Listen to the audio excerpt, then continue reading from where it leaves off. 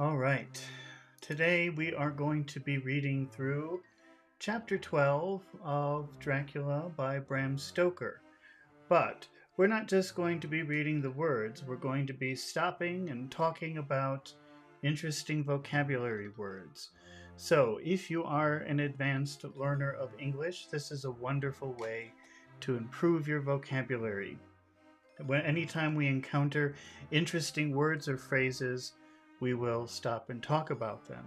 And we're doing this video live, so if you're watching this live with me right now, then you can ask questions in the comments. Oh, what does this mean? What does that mean? Can you explain this? Can you read that again? If you don't ask questions, I will just stop sometimes and explain words that I think could be helpful to you in your everyday life or useful to you. Also, recently, we have been, after we read the chapter, I have been taking some calls from Discord, and we have been practicing some of those vocabulary words, but the focus has been on pronunciation. So, if you're interested in improving your English pronunciation and intonation, then you should stay until the very end. When we are reaching the end of the chapter, we will switch to pronunciation and intonation exercises. And we do that for about an hour. So it's a lot of practice, a lot of useful practice. Plus, we're repeating some of the interesting words that we've learned in the chapter. So it's a good way to reinforce your vocabulary. All right, let me readjust this. Okay. So let's get started with chapter 12 of Dracula.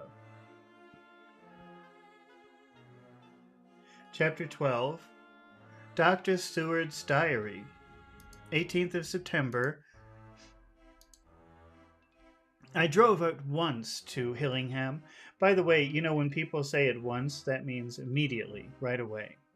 I drove at once to Hillingham and arrived early, keeping my cab at the gate. I went up to the avenue alone. I knocked gently and rang as quietly as possible, for I feared to disturb Lucy or her mother, and I hoped to only bring a servant. to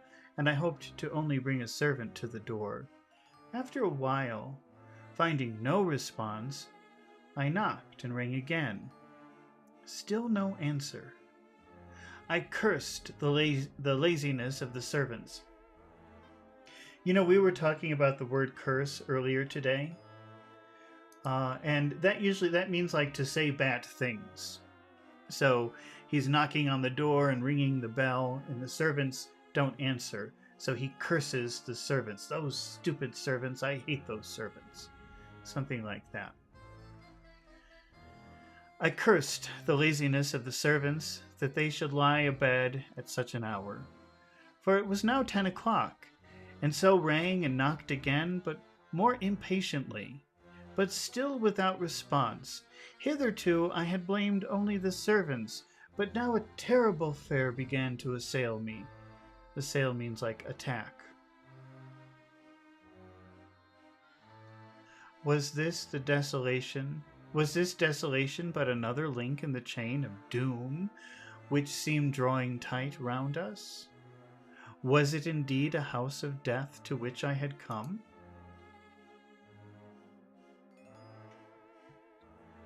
Too late? Let me read that again. Was it indeed a house of death to which I had come too late? I know that minutes, even seconds of delay, might mean hours of danger to Lucy. If she had had again one of those frightful relapses. A relapse is when you are sick and you're improving, but suddenly you get worse again. Let's say it like that. So imagine that you have a cold and you're feeling really horrible, but then each day you feel better and better.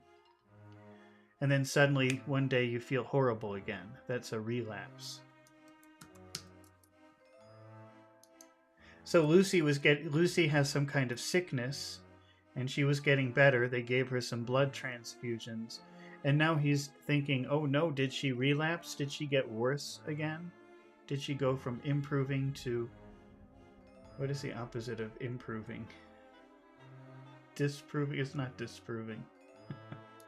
Wait, let's see. I'm going to ask ChatGPT.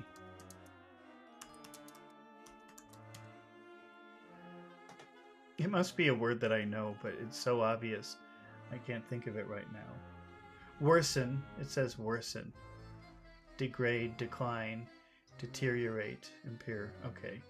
Let's say worsen.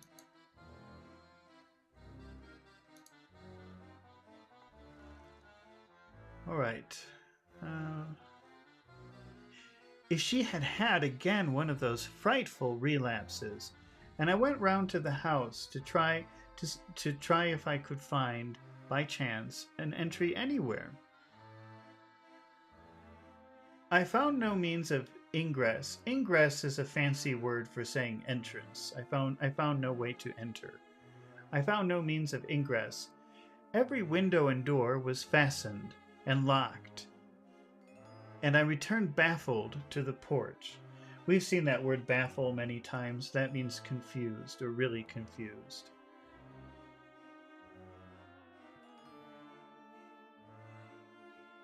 As I did so, I heard the rapid pit-pat of a swiftly driven horse's feet. Pit-pat. That's the sound of feet on the floor. I heard the rapid pit-pat of a swiftly driven horse's feet. They stopped at the gate, and a few seconds later I met Van Helsing running up the avenue. When he saw me, he gasped out. Gasping is when you like that. So I'm not sure what he gasped out means, but has something to do with breathing like, Then it was you. Had just arrived. How is she? Are we too late? Did you not get my telegram? I answered as quickly and coherently as I could. Coherently, to be coherent means to make sense, to be clear, to be understandable. So right now he's sort of in a panic. It's difficult to make sense when you're in a panic, or to be coherent, to say things that are understandable to others, because he's so confused about what's happening. But he tried to be understandable. He tried to be coherent. I answered as quickly and coherently as I could that I had only got his telegram early in the morning and had not a minute in coming here, and that I could not make anyone in the house hear me. He paused and raised his hat as he said solemnly, and we've seen that word solemn before. That means in a very serious way. He said in a very serious way. He said solemnly, Then I fear we are too late. God's will be done. With his usual recuperative energy, he went on, Come, if there be no way to get in, we must make one. Time is all in all to us now. We went round the back of the house, where there was a kitchen window, and the professor took a small surgical saw from his case, and handing it to me, pointed to the iron bars which guarded the window. I attacked them at once, and had very soon cut through 3 of them, and then with a long, thin knife, we pushed back the fastening of the sashes to open the window. I held the professor in and followed him. I helped the professor in and followed him. There was no one in the kitchen or in the servants' rooms, which were close at hand. We tried all the rooms as we went along, and in the dining room, dimly lit by rays of light. You know, dim is the opposite of bright. So if you're in a room with a lot of light, you're in a bright room. But if you're in a dim room, there's very, very little light. Dimly lit by rays of light through the shutters, found 4 servant women lying on the floor. There was no need to think them dead, for their stertorous breathing... Okay, we have to look up this word, stertorous. I have no idea what that means.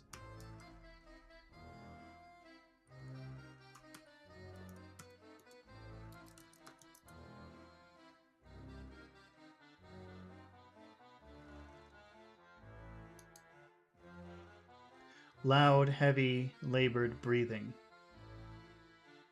Of course, you don't have to worry about that, I guess, unless you're a doctor or something like that. Stertorous. There was no need to think them dead, for their stertorous breathing and acrid smell of laudanum in the room left no doubt as to their condition. Van Helsing and I looked at each other, and as we moved away, he said, "We can attend to them later," and then we ascended to Lucy's room. For an instant or two we paused at the door to listen, but there was no sound that we could hear. With white faces and trembling hands, we opened the door gently and entered the room.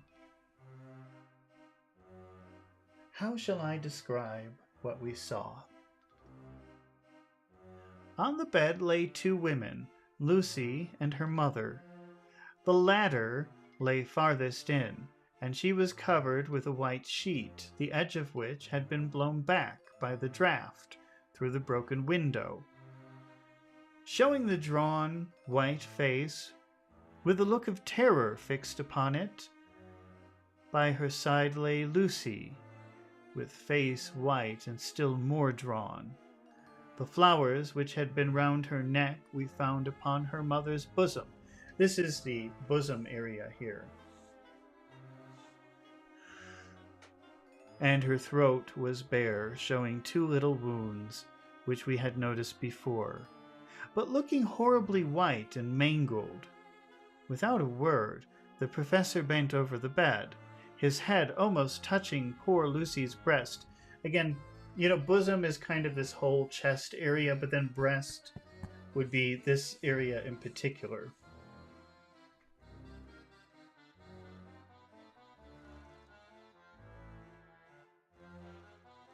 Then he gave a quick turn of his head, as one who listens, and leaping to his feet, he cried out to me, "It's not yet too late! Quick, quick, bring the brandy!" I flew downstairs and returned with it, taking care to smell and taste it, lest it too were drugged like the decanter of sherry. We've practiced that word before, lest. That's a signal that you can use, and then after that you put a sentence, and you're naming something that you're afraid of, something that you don't want to happen. So, when they came into the house, he saw that the servants were on the floor, and he knew that they had been drugged to go to sleep because he could smell it and because they were breathing heavily. So the Professor Van Helsing told him, "Go down and get the brandy." But he was afraid that maybe the brandy was poisoned and it would be bad for her. So he tried it first, lest she become drugged. Or what did he say? Lest. Now we have to name the thing he didn't want to happen after that signal, lest. Let's see. Taking care to smell it and taste it, lest it too were drugged, like the decanter of sherry which I found on the table. So he tried it first because he was afraid that might be drugged, lest it also be drugged. He rubbed the brandy on another occasion, on her lips and gums and on her wrists and palms of her hands. He said to me, "I can do this, all that can be done at present. You go wake the maids. You go wake those maids. Flick them in the face." Flicking is with a wet towel. So if that's with a towel, it's like whipping. This is flicking like that, if you flick somebody in the face. But you can imagine like with a towel. "Make them get heat and fire and a warm bath. This poor soul is nearly as cold as that beside her. She'll need to be heated before we can do anything more." I went at once. I went at once and found little difficulty in waking 3 of the women. The 4th was only a young girl, and the drug had evidently affected her more strongly, so I lifted her on the sofa and let her sleep. The other were dazed at first. To be dazed means to be in a state of confusion. Like, did you ever wake someone from a deep sleep and they say, "Huh? Oh, where am I? Huh?" That's being dazed. So they were in a daze. What's going on? Huh? I don't understand. The others were dazed at first. But as remembrance came back to them, they cried and sobbed in a hysterical manner. So remember that sobbing, which we've had that word many times, that's like loud crying. That's sobbing. I was stern with them. Stern means serious or strong. I was strong with them. Maybe he said, "Stop crying. Tell me what happened." I was stern with them, however, and would not let them talk. Oh, he would not let them talk. Why not? I told them that one life was bad enough to lose, and if they delayed, they would sacrifice Miss Lucy.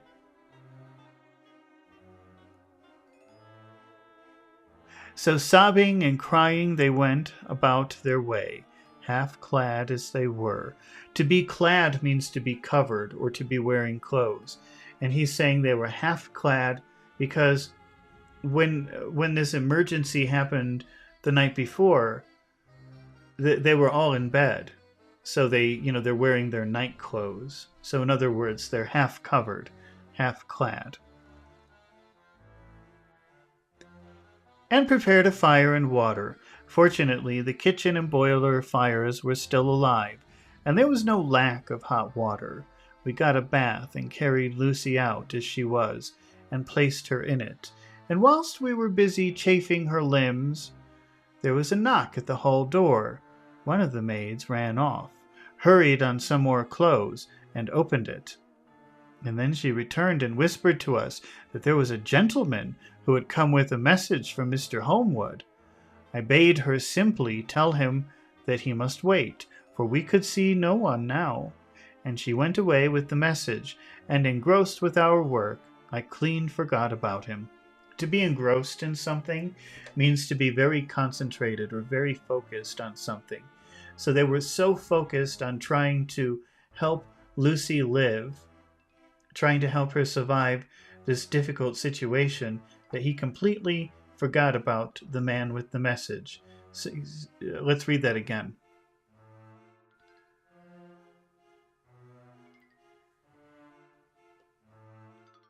She went away with the message, and engrossed with our work, I clean forgot all about him. You can use that word clean to mean completely or absolutely. So I completely forgot about him. I clean forgot about him. I completely forgot about him. I never saw, in all my experience, the professor work in such deadly earnest. To be earnest means to... well, let's define that. I have a hard time defining that word. It's a pretty common word. Well, let's ask for a little help here.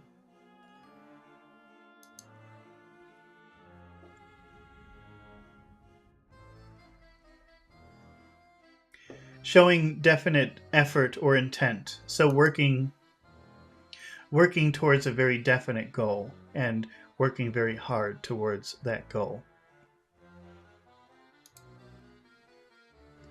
So he had never seen the Professor Van Helsing, work with being so focused on the goal and so enthusiastic about achieving the goal.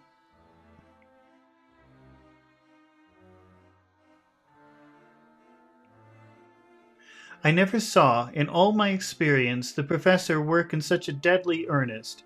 I knew, as he knew, that it was a stand-up fight with death, and in a pause told him so, and he answered in a way that I did not understand, but with the sternest look, remember stern means serious, that his face could wear. If that were all, I would stop here where we are now and let her fade away into peace, for I see no light in life over her horizon. So, Arthur is saying, oh, we're in a fight with life and death. And the professor says, oh, if that was the only thing, I would just let her die and be comfortable. This is much worse than that. But the doctor doesn't understand what the professor has told him. He went on with his work, if possible, renewed and more frenzied vigor. Frenzy means a lot of energy. Presently, we both began to be conscious that the heat was beginning to be of some effect. Lucy's heart beat a trifle. A trifle means a little. Lucy's heart beat a trifle more audibly. And audible means you can hear. So it was a little bit easier to hear her heartbeat than before. To the stethoscope. You know, the stethoscope is the thing the doctor wears to listen to your heart. And her lungs had a perceptible movement. Van Helsing's face almost beamed. Beaming means like shining. So suddenly he felt better. Oh, it's working. And as we lifted her from the bath and rolled her in a hot sheet to dry her, he said to me, "The first gain is ours. Check to the king." I guess those are chess references. So he's saying, now we're winning the game. A little bit. We took Lucy into another room, which had by now been prepared, and laid her in bed, and forced a few drops of brandy down her throat. I noticed that Van Helsing tied a soft silk handkerchief round her throat. She was still unconscious, and was quite as bad as, if not worse than, when we had ever seen her. Van Helsing called in one of the women, and told her to stay with her, and not take her eyes off of her until we returned, and then beckoned me out of the room. We've had that word beckon before. That's when you call someone towards you. And a lot of times it could be with words, but also it could be with your hand. Like if you're telling someone to come over to you like this, or some people do like that, that's beckoning someone. It's calling them over to you.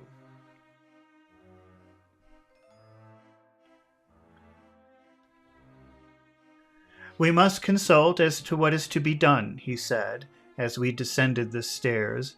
In the hall he opened the dining room door, and we passed in, he closing the door carefully behind him. The shutters had been open, but the blinds were already down. With that obedience to the etiquette of death, which the British woman of lower classes always rigidly observes.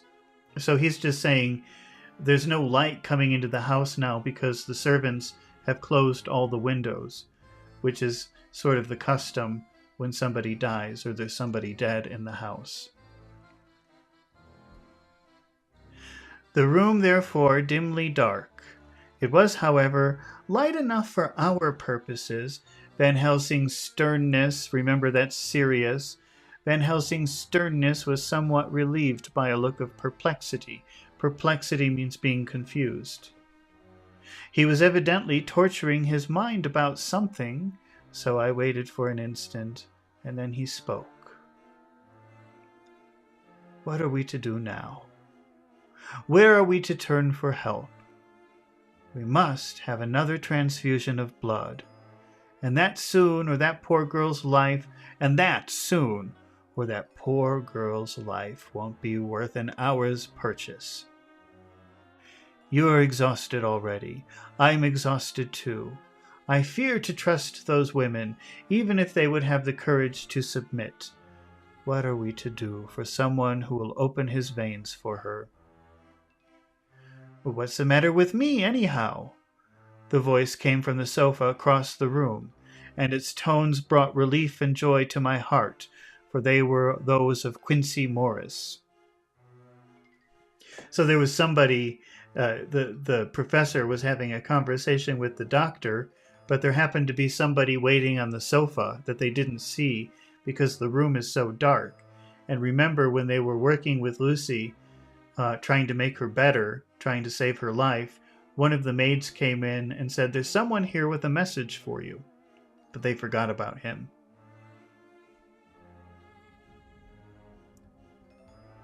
Van Helsing started angrily, and we've seen that word start before. It does not mean begin here. It means he was very surprised.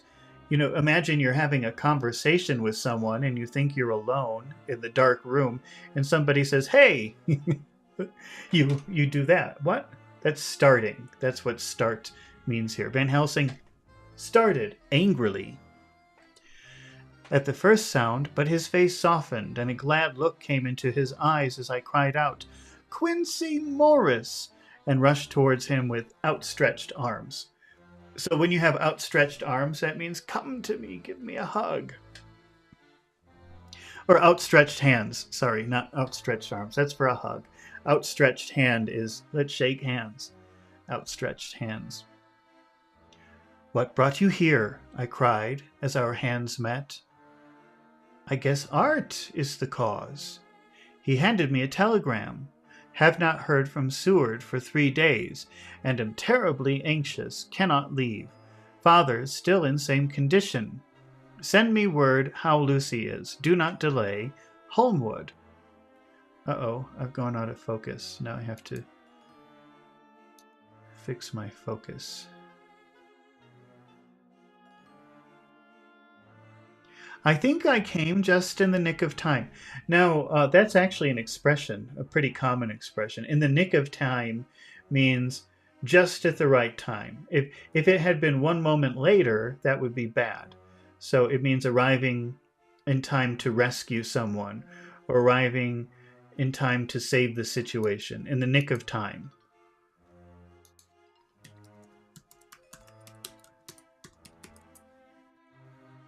Let me just adjust my camera.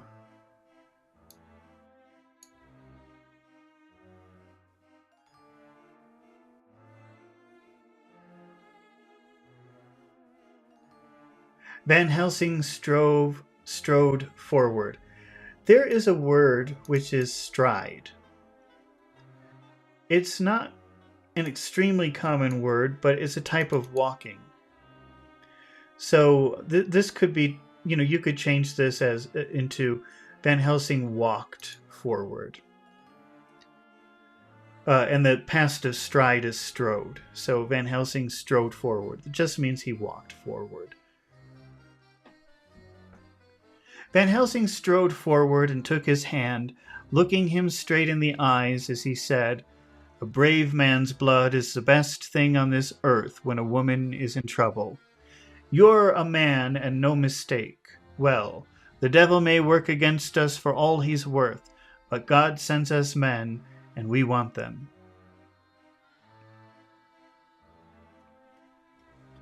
Once again, we went through that ghastly operation. We've had that word ghastly before.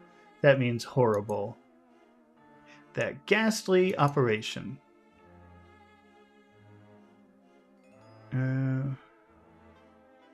Sorry, I just got lost. Okay. "I have not the heart to go through with the details. Lucy had got a terrible shock, and it told on her more than before. For though plenty of blood went into her veins, her body did not respond to the treatment as well as on the other occasions. Her struggle back into life was something frightful to see and hear. However, the action of both heart and lungs improved, and Van Helsing made a subcutaneous injection of morphia." I think subcutaneous means under the skin, but let's just check that. Sub means under, and I don't know what cutaneous means, but I think I've seen it before, and it means under the skin. Let's see.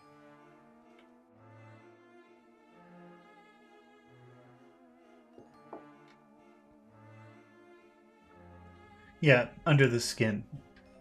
And maybe they specify that, meaning he didn't give her something to drink or a pill. Morphia, that would make you not feel anything. That would make you feel numb or relaxed. So it's just a detail, which means that it was an injection and not a pill or something to drink.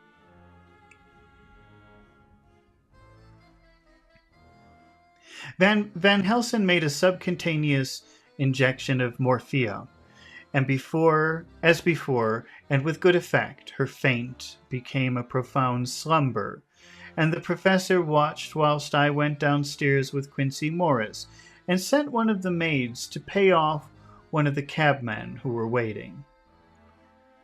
I left, lying down after having a glass of wine, and told the cook, get ready a good breakfast. Then a thought struck me. I went back to the room where Lucy now was, and when I came softly in, I found Van Helsing with a sheet or two of notepaper in his hand, and he evidently read it. He had evidently read it, and was thinking it over as he sat with his hand to his brow. This is your brow, right here. So he was like this, like thinking. He's reading the note and thinking. There was a look of grim satisfaction on his face, as of one who had had a doubt solved, and he handed me the paper, saying only, "It dropped from Lucy's breast when we carried her to the bath." When I read it, I stood looking at the professor, and after a pause asked him, "In God's name, what does it all mean? Was she, or is she mad? Or what sort of horrible danger is it? I was so bewildered." Remember that bewildered is a form of confusion. It just means extremely confused.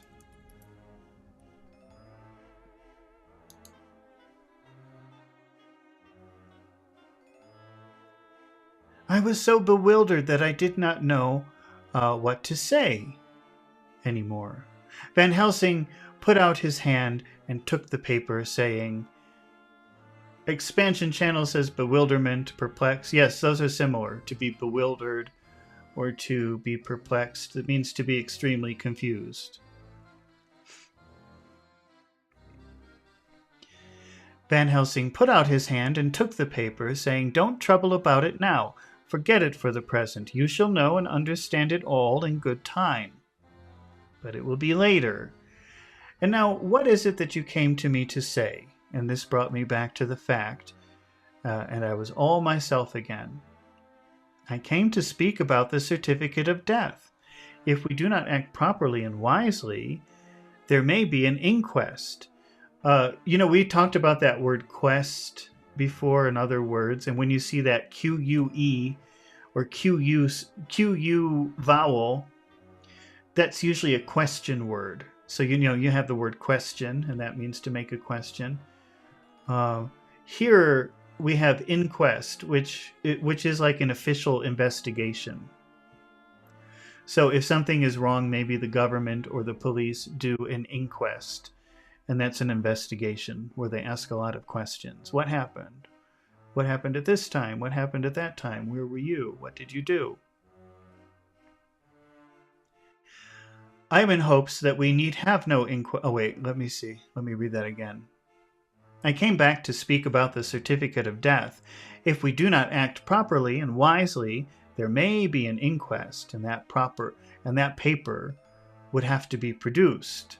I am in hopes that we need have no inquest, for if we had, it would surely kill poor Lucy, if nothing else did.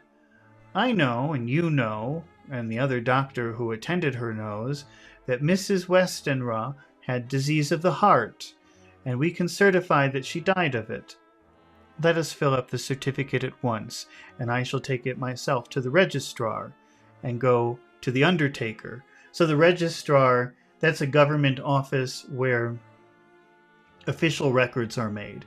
So if somebody is born, or somebody dies, or somebody gets married, all of these things are recorded, and you're given an official certificate at the registrar. And the undertaker, that is the person who processes a dead body. So, if somebody dies, they don't stay in the hospital. They get sent to this business, which is the undertaker. And the undertaker makes them look nice and puts on nice clothes and makes them presentable for the funeral or for the funeral ceremony. Good, oh my friend John, well thought of. Truly, Miss Lucy, if she be sad in the foes that beset her. Foe is another word for enemy. So, truly, Miss Lucy, if she be sad in the foes that beset her, is at least happy in the friends that love her. 1, 2, 3, all open their veins for her, besides one old man. Ah, yes, I know, friend John. I'm not blind. I love you all the more for it. Now go. In the hall, I met Quincy Morris with a telegram for Arthur, telling him that Mrs. Westenra was dead, that Lucy also had been ill, but was now going on better, and that Van Helsing and I were with her. I told him where I was going, and he hurried me out. But as I was going, said, "When you come back, Jack, may I have 2 words with you, all to ourselves?" I nodded. Nodding is when you do this. I nodded in reply and went out. I found no difficulty about the registration and arranged with the local undertaker to come up in the evening to measure for the coffin and to make arrangements. When I got back, Quincy was waiting for me. I told him I would see him as soon as I knew about Lucy, and went up to her room, and she was still sleeping, and the professor seemingly had not moved from his seat at her side. From his putting his finger to his lips, I gathered that he expected her to wake before long, and was afraid of forestalling nature. So I went down to Quincy, and took him into the breakfast room, where the blinds were not drawn down, which was a little more cheerful, or rather less cheerless, than the other rooms. When we were alone, he said to me, "Jack Seward, I don't want to shove myself in anywhere where I have no right to be." Shoving is like push. And he's saying, I don't want to shove myself in a place where I shouldn't be, meaning I don't want to ask personal questions. I don't want to put myself in a place where I'm not welcome. This is a signal that he's going to ask questions which might be offensive. That's none of your business. Mind your own business. That sort of thing. But this is no ordinary case. You know, I loved that girl and wanted to marry her. But although that's all past and gone, I can't help feeling anxious about her all the same. What is it that's wrong with her? The Dutchman, a fine old fellow he is, I can see that, said the time you 2 came into the room. Wait. Let me read that. That's a weird phrase. The Dutchman, a fine old fellow he is, I can see that, said that time you 2 came into the room that you must have another transfusion of blood, and that both of you and he were exhausted. Now, I know well that you medical men speak in camera. What does that mean? Speak in camera. That doesn't make any sense.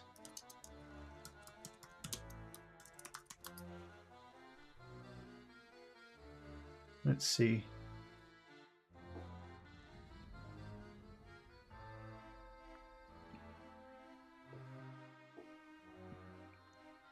Oh, okay. This makes sense. So, the word camera it's actually a Latin word which means in room, or room. So, if you look at other languages related to Latin, you can see that word meaning room, maybe pronounced a little bit differently.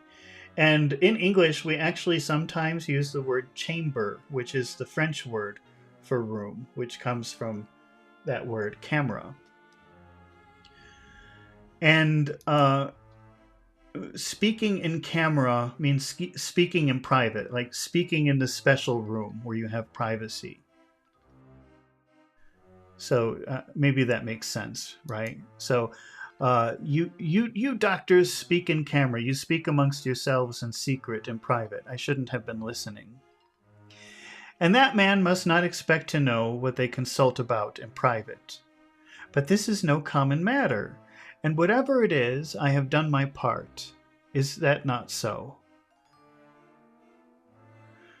Expansion Channel says, I think camera has an Arab meaning. Do you have a similar word in Arabic that sounds like camera that means room?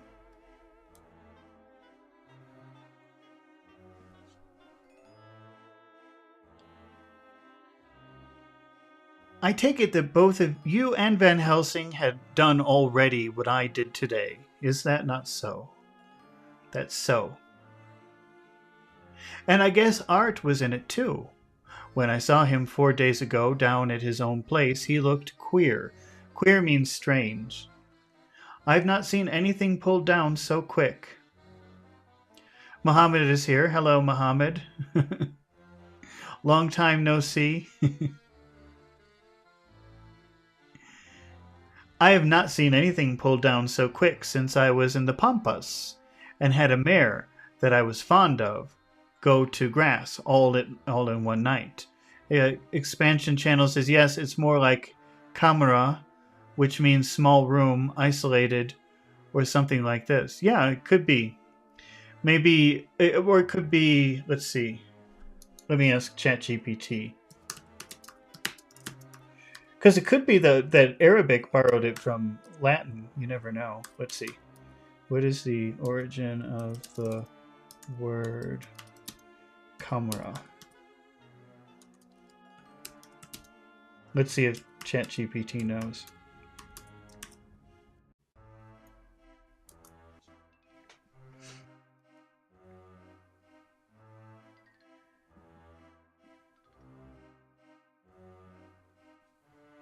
Classical Arabic, etymology.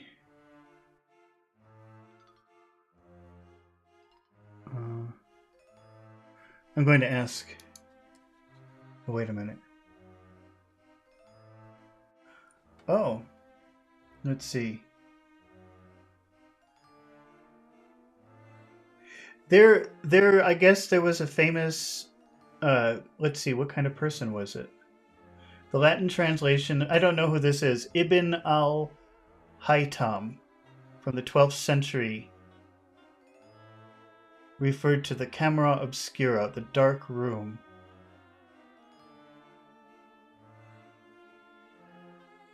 It's not clear. I don't know. I guess it might be originally Arabic. Okay, that's interesting. All right.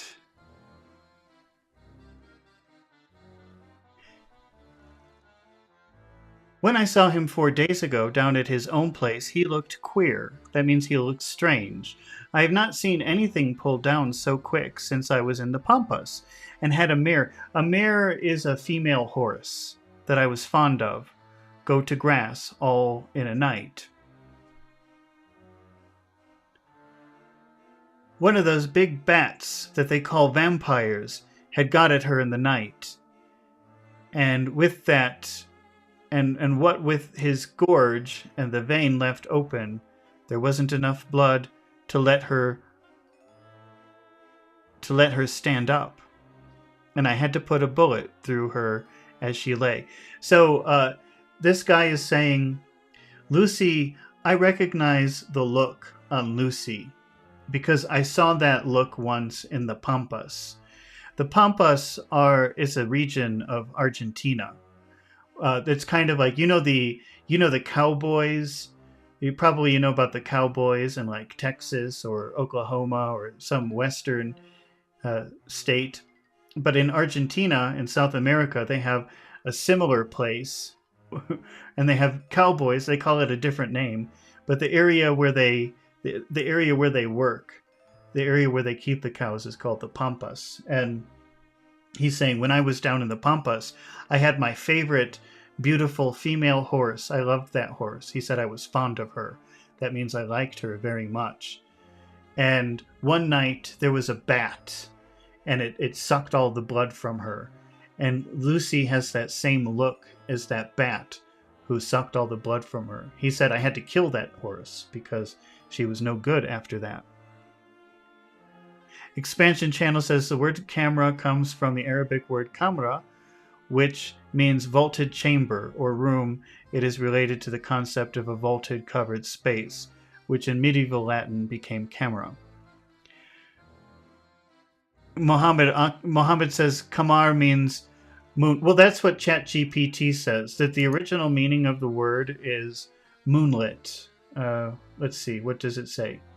The Arabic word kamra, meaning moonlit or small room, has its roots in classical Arabic and has an interesting historical significance, particularly in the development of the modern camera, the Latin word that means room. The literal meaning is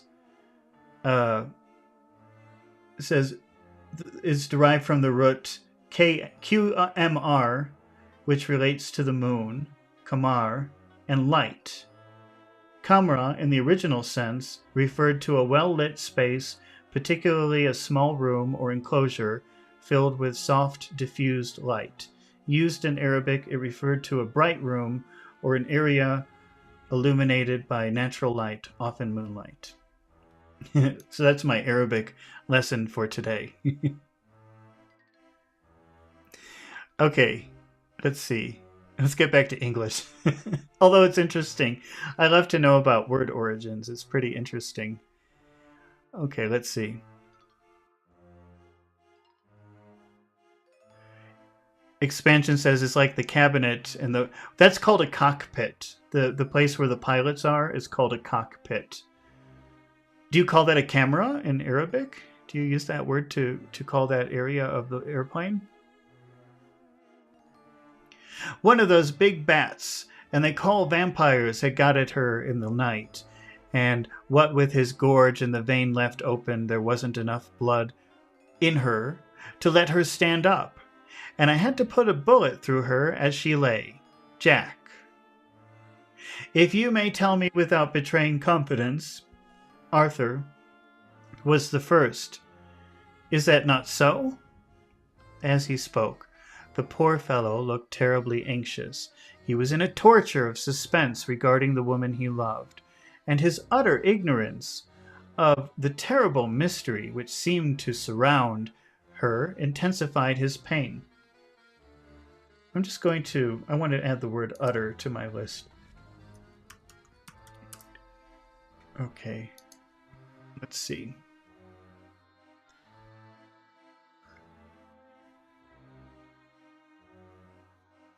His very heart was bleeding, and it took all the manhood of him, and there was a royal lot of it, too, to keep him from breaking down. I paused before answering, for I felt that I must not betray anything which the professor wished kept secret, but already he knew so much, and guessed so much, that there could be no reason for not answering, so I answered in the same phrase, "That's so." "And how long has this been going on?" "About 10 days. 10 days. Then I guess, Jack Seward, that poor, pretty creature that we all love has had put into her veins with that time the blood of 4 strong men. Men alive. Her whole body wouldn't hold it." And then coming close to me, he spoke in a fierce half-whisper, "What took it out?" I shook my head. So remember, nodding your head is when you do this, but shaking your head is when you do this. I shook my head. Then I said, "That," I said, "is the crux." Crux, that's a Latin word that means cross. Van Helsing is simply frantic about it, and I am at my wit's end.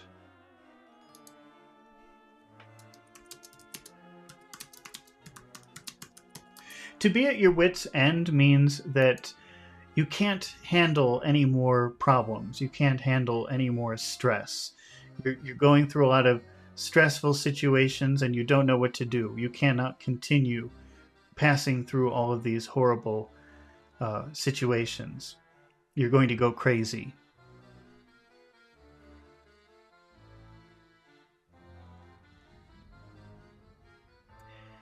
I am at my wit's end. I can't even hazard a guess. There's been a series of little circumstances which have thrown out all of our calculations as to Lucy being properly watched. But these shall not occur again. Here we stay until all be well or ill.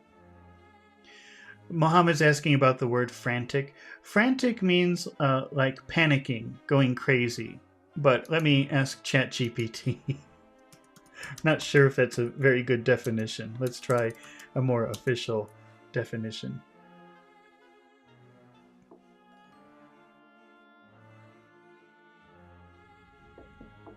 Wild, panicked, highly agitated. So panicking. I think panicking would be a good synonym for frantic. Where was that?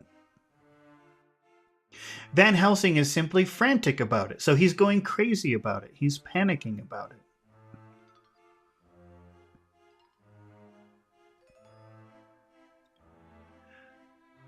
There's been a series of little circumstances which have thrown all of our calculations as to Lucy being properly watched.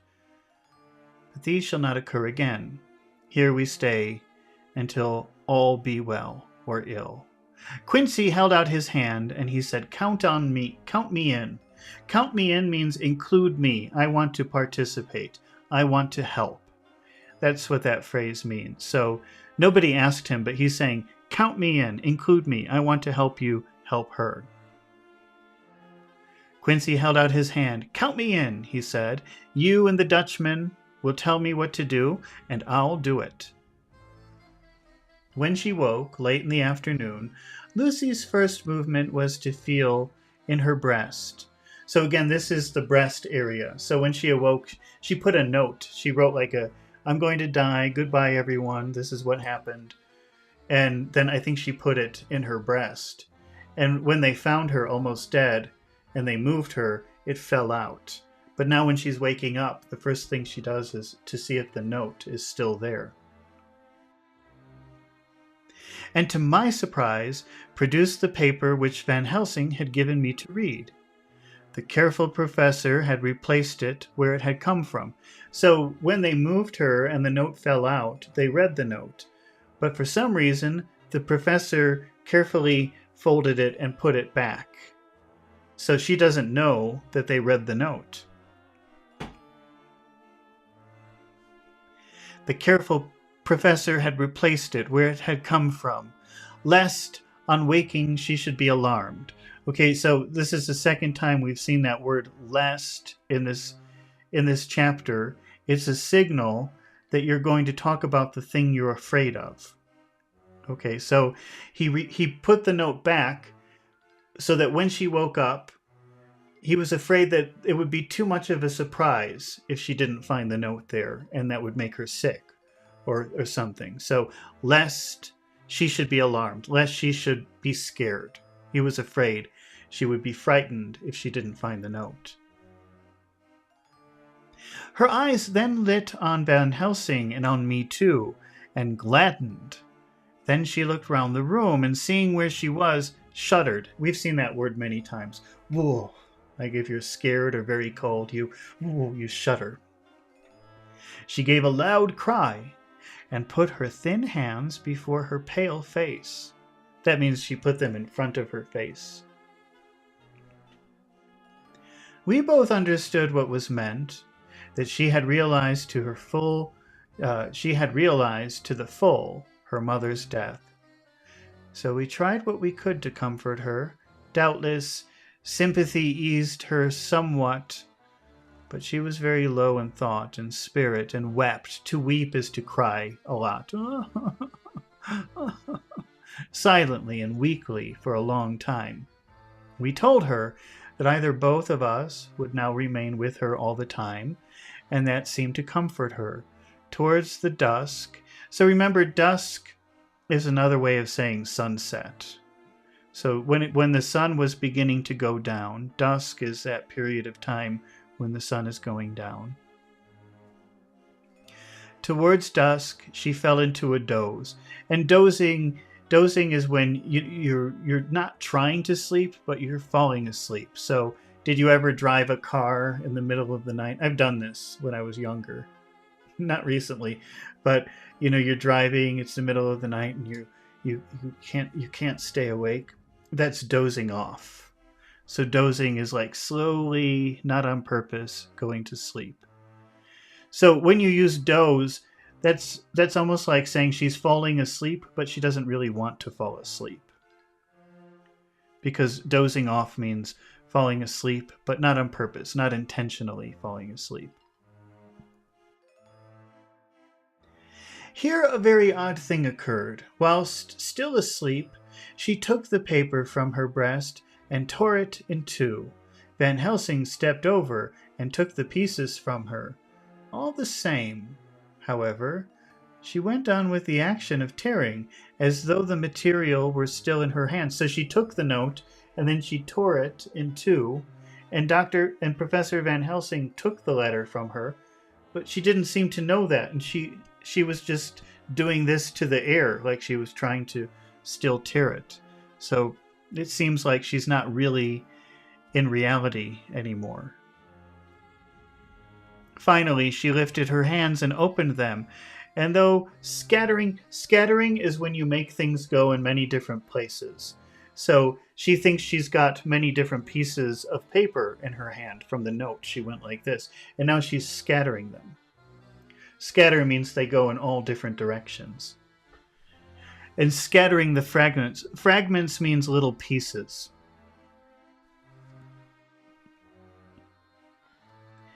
Van Helsing seemed surprised, and his brows gathered as if in thought, but said nothing. Pachu's here. Hello, Pachu. Haven't seen you in a while. Where have you been? 19th of September. That's a joke. We were talking earlier today. 19th of September. All last night she slept fitfully, being always afraid to sleep and something weaker when she woke from it. The professor and I took in turns to watch, and we never left her for a moment unattended. Quincy Morris said nothing about his intention, but I knew that all night long he patrolled round and round the house. When the day came, its searching light showed the ravages in poor Lucy's strength. She was hardly able to turn her head, and the little nourishment which she could take seemed to do her no good. Nourish means like you feed it to help it grow. So it's not just food. Food could be delicious. Food could be enjoyable. But nourishment, the only reason you take it is to grow. So it's like almost a scientific word for food. It's like talking about how you bring food into your body and then it helps you grow. And they're using the word nourishment here because she's very sick and very weak. And so the purpose of giving her food is not for her to enjoy it. It's just because she's so weak, they hope it will make her stronger. The little nourishment which she could take seemed to do her no good. At times, she slept, and both Van Helsing and I noticed the difference in her between sleeping and waking. Whilst asleep, she looked stronger, although more haggard. Haggard means like sick, not feeling well. So when she was sleeping, she looked stronger, but she looked kind of sick. She looked haggard, in bad condition, and her breathing was softer. Her open mouth showed the pale gums drawn back from the teeth, which looked positively longer and sharper than usual.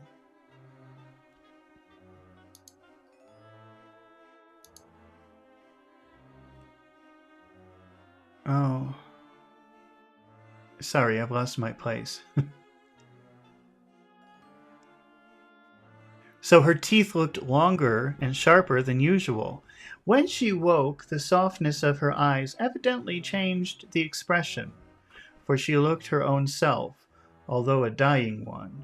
So she had a weird expression on her face when she was sleeping, but then when she awoke, she looked more how you would expect her to look, more like Lucy, but also she looked very unhealthy, like she was about to die. In the afternoon, she asked for Arthur, and we telegraphed for him. Quincy went off to meet him at the station. When he arrived, it was nearly 6 o'clock, and the sun was setting full and warm, and the red lights streamed in through the window and gave more color to the pale cheeks. When he saw her, Arthur was simply choking with emotion, and none of us could speak. In the hours that passed, the fits of sleep, or the comatose condition that passed for it, had grown more frequent. So to have a fit of something, that you have to be careful, because that word could mean several different things. But here I think what it means is short periods of time. So she had fits of sleep. She had short periods of sleep. And he's saying, well, it's like sleep, but more like she was in a coma. And I think we've talked about that word coma before. That's, when somebody is alive, their heart is working and their brain is working, but they're not conscious. It's like they're sleeping. And sometimes if somebody is hurt very badly in the hospital, maybe for 1 or 2 weeks or 4 weeks, sometimes years, people can just lay there with their heart is beating and their brain is working, but they can't talk. They can't, well, they say you can actually hear people in a coma. So it's not really sleep. It's like some kind of medical condition of unconsciousness. So he says, in the hours that had passed, the fits of sleep, so that's like the short periods of sleep, and then he says, or the comatose condition that passed for sleep. So the comatose condition that looked like sleep had grown more frequent, so that the pauses when conversation was possible were shortened. Arthur's presence, however, seemed to act as a stimulant. She rallied a little. We talked about the word rally before, meaning people coming together for a special purpose. But this is not, we're not talking about people here. If you say that she rallied, that means she pulled all of her strength together, like she rallied her strength. Maybe she had a little strength here, a little strength there, a little strength there, but she pulled it all together to give herself some energy, some life. She suddenly looked better when her fiancé had arrived. She rallied a little and spoke to him more brightly than she had done once we arrived. He too pulled himself together and spoke as cheerily as he could, so that the best was made of everything. Expansion says she summoned her power. Yes, but instead of summoning, probably you would say rallying. And it kind of means the same thing here, but it would be more common to use rally in this sort of phrase. Summon means like, hey, come here. Come over here. And it has sort of an official tone. But rally, it sounds like you're using energy to pull it all together. It's now nearly 1 o'clock, and he and Van Helsing are sitting with her. I am to relieve them in a quarter of an hour, and I'm entering this on Lucy's phonograph. Until 6 o'clock. They are to try to rest. I fear that tomorrow will end our watching, for the shock has been too great. The poor child cannot rally. So again, the poor child, she's so sick that it doesn't seem possible that she could pull more energy together to survive. He's saying she'll probably die tomorrow. God help us all. Letter Mina Harker to Lucy Westenra, unopened by her, 17th of September. My dearest Lucy, it seems an age since I've heard from you, or indeed since I wrote. You'll pardon me, I know, for all my faults when you have read all my budget of news, Well, I got my husband back all right. When we arrived at Exeter, there was a carriage waiting for us, and in it, though he had an attack of gout. That's a type of sickness. Gout. Let's see. I think you get gout when you don't get enough vitamins.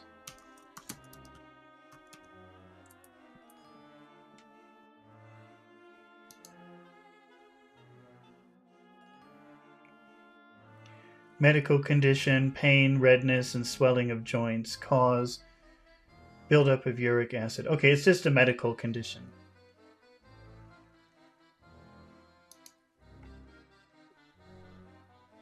Mr. Hawkins, he took us to his house, where there were rooms for us all, nice and comfortable, and we dined together. After dinner, Mr. Hawkins said, "My dears, I want to drink to your health and prosperity, and may every blessing attend you both. I know you both from children, and have, with love and pride, seen you grow up. Now I want you to make your home here with me. I have left to me neither chick nor child." Chick, that's a baby chicken. I've left to me neither chick nor child. All are gone. All in my will, I have left you everything. I cried, Lucy dear, and Jonathan, the old man, clasped his hands. Our evening was very, very happy one.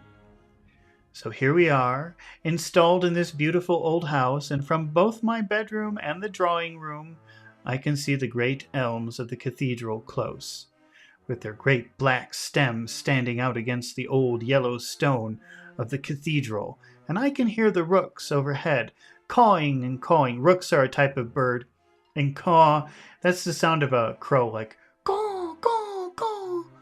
I don't know if you have those kind of birds where you live, but that's how they sound. Cawing and chattering and gossiping all day, after the manner of rooks and humans.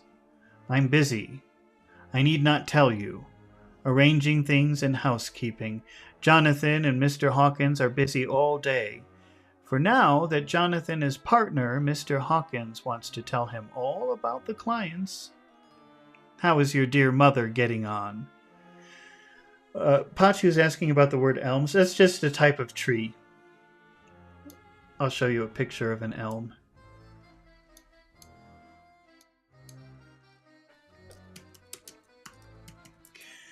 Getting on means, we've talked about the word on meaning to continue with something. We've had run on and carry on and send on. We've had all of those.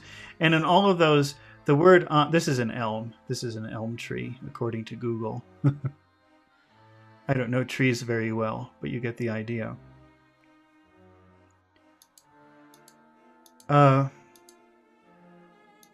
What was I saying? Oh, so here is, how is your mother getting on? And that means because she knows that her mother is sick. So how is, when you say get on, that means like, how is she improving? How is she continuing to improve or something like that? It's kind of a positive way of saying, how is your mother feeling? How is your dear mother getting on? I wish I could run up to town for a day or two to see you, dear, but I dare not go yet, with so much on my shoulders. And Jonathan wants looking after still. These are shoulders, and if you say that you have a lot of things on your shoulders, that means that you have a lot of responsibilities, a lot of things to worry about. So Pachi is asking about run up, but that's very literal. That means she wants to go very quickly to visit Lucy. She doesn't know how sick Lucy is, and she's just saying, I want to run up there for 1 or 2 days, a quick visit. Go there very quickly. So she's saying, I wish I could run up to town for a day or two to see you, dear, but I dare not go yet, with so much on my shoulders. So that means so much to worry about, so many responsibilities. And Jonathan wants looking after still. He's beginning to put some flesh on his bones, but he was terribly weakened by the long illness. Even now, he sometimes starts out of his sleep. And there we have start again, which does not mean begin. It means to be surprised. It means, huh? That's starting. So sometimes he does. Have you ever done that when you're sleeping and then you think you're falling or something and suddenly you wake up? That's starting out of your sleep. He sometimes starts out of his sleep in a sudden way and awakes, all trembling. Trembling is shaking. Until I coax him back to his usual placidity. However, thank God, these occasions grow less frequent as the days go on. So we have go on here. That means continue. As the days progress, as they continue, as they move forward. Pachu is asking about coax. Imagine that there's a cat under a car. I don't know if you have a lot of cats in Nepal in the streets, but let's just imagine that, because they like to hide. Cats don't like to be out in the open. They like to hide. And so one very convenient place where a cat could hide would be under a car. But that's very bad for the cat, because if somebody starts the car, then the cat could get very hurt or die. So of course, if you see a cat under a car, you would try to make the cat leave from under the car. But how could you do that? The cat doesn't know you. You don't know the cat. The cat doesn't trust you. So if you say, "Hey cat, come here," they'll try to go further up into the car, which would be worse. So you have to be very gentle and maybe have some food and say, "Come on, little kitty, come out from under the car." And you make them move slowly towards you. And they're just thinking about the food. They're not really thinking about danger. They just want some tasty food, some fish. That's coaxing. It's like very gently convincing someone to do something. So very direct. Get out from under the car. That will not help in this situation. But if you have some food and you say, "Come on, little kitty, come over here, come on," and you're very calm and quiet and you slowly convince the cat. So coaxing is like gently, slowly convincing. So Jonathan, he wakes up and he's had a nightmare and he's shaking. And then his wife, Mina, says, "Come on, come back to bed. It's okay. Come on, come over here." That's like gently convincing him to do what she wants. That's a good word. And it's really good to think about that cat example, because that's really what it's like. Okay. However, thank God, these occasions grow less frequent as the days go on. And they will in time pass away together, I trust. And now I have told you my news. Let me ask yours. When are you to be married? And where? And who is to perform the ceremony? And what are you to wear? And is it to be public or a private wedding? Tell me about it, dear. Tell me about everything, for there is nothing which interests you, which will not be dear to me. Jonathan asks me to send his respectful duty, but I do not think that is good enough from the junior partner of an important firm, Hawkins and Harker. And so, as you loved me, he loves me, and I love you with all the moods and tenses of the verb. I send you simply his love instead. So, that's what, when you want to, "Oh, you're going to see Mary tomorrow? Send her my love." That's like a nice way of saying, "Tell her I said hello." But Jonathan is very businesslike, and he says, "Send her my respectful duty." And Mina's saying, "Oh, no, I'm going to say he sends his love."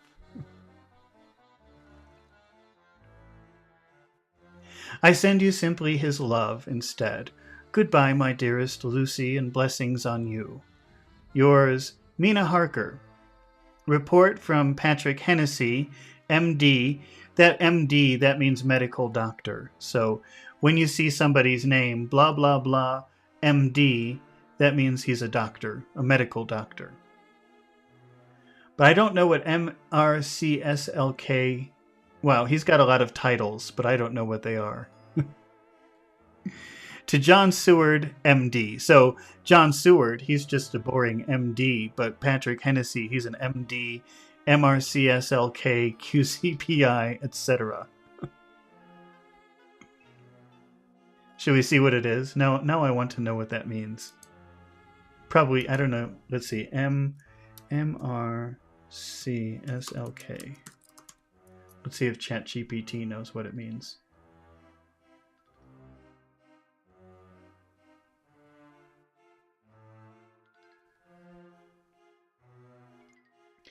ChatGPT says, I don't know.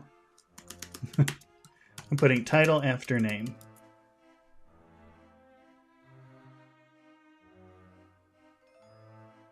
It still doesn't say. Okay, let's let it go. But he must be important. He's got a lot of letters after his name. That usually means you're pretty important. Okay, 20th of September. My dear sir, in accordance with your wishes, I enclose a report of the conditions of everything left in my charge, with regard to patient Renfield. There is more to say. He has had another outbreak, which might have had a dreadful ending, but which, as it fortunately happened, was unattended with any unhappy results. So he's saying Renfield had another attack, another spell of craziness. Remember, spell means a small period of time, which was very serious, but thankfully nothing really horrible happened. This is when he stabbed the doctor.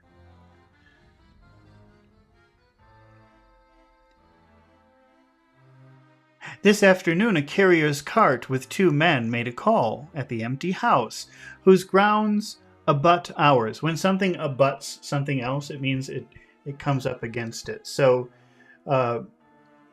this afternoon, a carrier's cart with 2 men made a call at an empty house.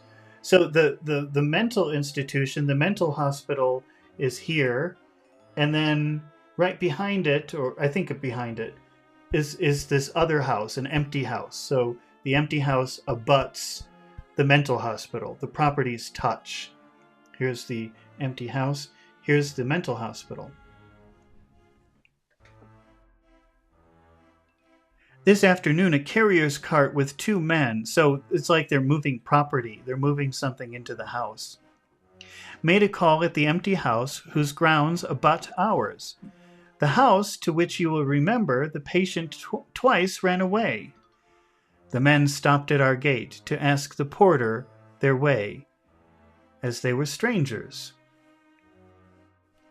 I was myself looking out of the study window, having a smoke after dinner, and saw one of them come up to the house. As he passed the window of Renfield's room, the patient began to rate him from within, and called him all the foul names he could lay his tongue to. So the Renfield, the crazy guy who eats the bugs, he's looking out his window at that property, that empty house, and this is a place where the 2 times he escaped, he ran immediately to that house. And so he's looking out the window, and he sees these men entering the house, strangers. So he's saying all kinds of horrible things to them. Get away from my house, you! Saying all kinds of horrible words. Pachi is asking about outbreak. Well, you know, outbreak in contemporary English would mean like when there's like a disease, like COVID, for example, and maybe a few people have it, but suddenly it spreads very quickly. That would be an outbreak of a disease. Here, I think they're using it in a way that isn't used anymore, which I think just means he had another period where he lost control of himself. Maybe in a very general way, outbreak could mean losing control. So, but in contemporary English, you talk about a contagious disease and having an outbreak. That means the disease loses control. It's not just 1 or 2 people. It spreads very quickly around a lot of people. And I think in this sense, outbreak also means losing control. Renfield had an outbreak. He lost control of himself and went crazy, started doing crazy things. The man, who seemed a decent fellow enough, contented himself by telling him to shut up, for a foul-mouthed beggar. Oh, so they could hear. They could hear him going into the house. Like so the crazy guy is looking out his window saying horrible things, and the men who are entering the house can hear all of the horrible. When you say foul, foul means horrible or disgusting. And to be foul-mouthed, that means that you use really horrible words. Whereon our man accused him of robbing him and wanting to murder him, and said that he would hinder him if he were to swing for it. I opened the window and signed to the man not to notice. So when he says signed to the man, it means he used his hands. So he moved Renfield aside and said, sign to the man. Don't think about him. Don't worry about him. So he contented himself after looking the place over. To look something over is to inspect it. So that's a phrasal verb. To look the place over means to inspect the place. And making up his mind as to what kind of place he had got to by saying, Lord bless you, sir, I wouldn't mind what was said to me in a bloomin' madhouse. I pity ye and the governor for having to live in the house with a wild beast like that. And then he asked his way civilly enough, and I told him where the gate of the empty house was, and he went away, followed by threats and curses and revilings from our man. I went down to see if I could make out any cause for his anger, since he's usually such a well-behaved man, and except his violent fits, nothing of that kind ever occurred. I found him, to my astonishment means surprise, quite composed. To be composed means to be not showing any behavior or emotion. So, first he's like, I'll kill you if you go into that house. And now he's like this. He's very composed. No emotion. Just quiet, calm. To my astonishment, I found him quite composed and most genial in his manner. So again, genial, which we've had before, means friendly. I tried to get him to talk of the incident, but he blandly asked me questions as to what I meant. So bland means without any flavor. Wait, let's take a look at this for a minute.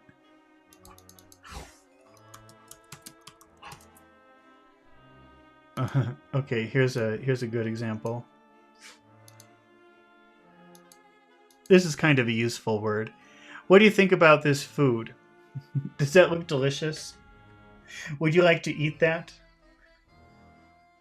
Probably not, because it probably doesn't have any flavor. It doesn't look like it has anything. It's just chicken, asparagus, and potatoes. And it doesn't look like anything has been done to that. It would be very boring to eat that. And this is called bland food. So bland means like no flavor. Try to look at another one here. Here's more bland food. That would be very boring to eat. It would be okay. It would be nourishment. You would get energy from it. You could feed yourself with it, but you wouldn't enjoy it because there's no flavor. And that's what bland means. So when it says here that he answered blandly, I think you could interpret that to mean with no flavor, with no emotion. He just said things but without any sort of feeling to them. So let's see where it was. I tried to get him to talk of the incident, but he blandly asked me questions as to what I meant. So what do you mean? No emotion, just asking the question. And led me to believe he was completely oblivious to the affair. If you're oblivious, it means you don't notice it, you don't see it, you ignore it. You're ignorant of it. So he pretended like he didn't know what the doctor was talking about. Why were you yelling at that man? What do you mean?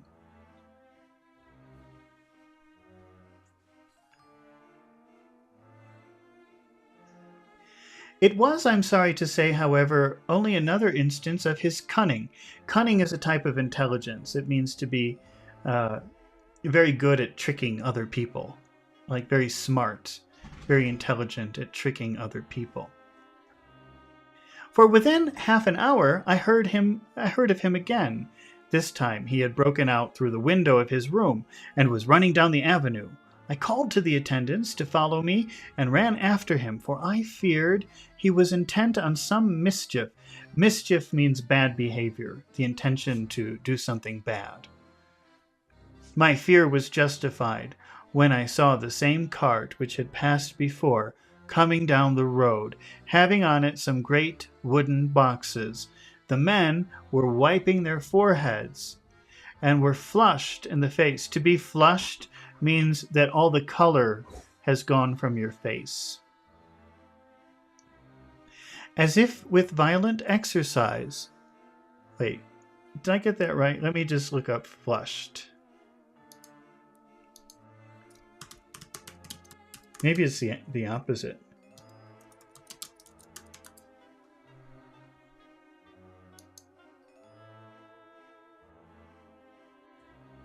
Oh, it's the opposite. It's red, to have red skin. So very red, like you've been working very hard. All the blood is in your face. From work, maybe. I'm glad I checked that.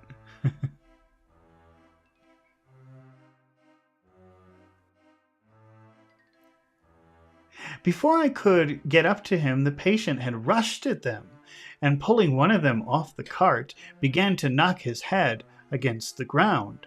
If I had not seized him, remember, seize means like taking by force. If I had not taken him by force, if I had not seized him just at the moment, I believe he would have killed the man there and then.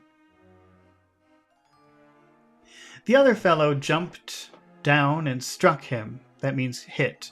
The other fellow jumped down and hit him over the head with the butt end of a heavy whip. It was a horrible blow, but he did not seem to mind it, but seized him also and struggled with the three of us, pulling us to and fro as if we were kittens. You know, I'm no lightweight. When you say I'm no lightweight, that means I'm strong. You know, I'm a very strong person. It's not easy to push me around. I'm no lightweight.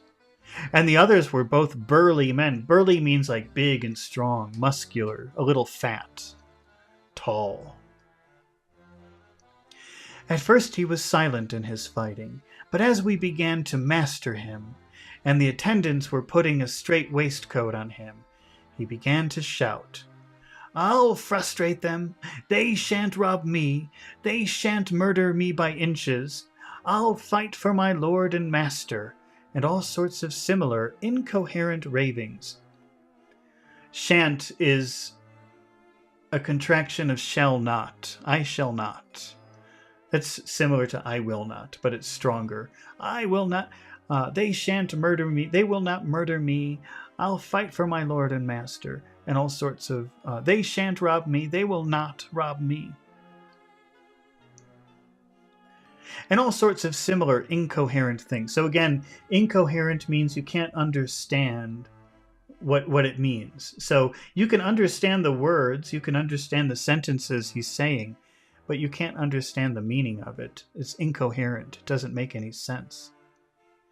It was put with very considerable difficulty that they got him back to the house and put him in the padded room. One of the attendants, Hardy, had a finger broken. However, I set it all right, and he's going on well. So, going on well. We just saw that talking about Lucy's mother. How is she getting on? How is she progressing? How is she improving? And here, he broke his finger, but now he's okay. He's getting on well. He's progressing. He's getting better.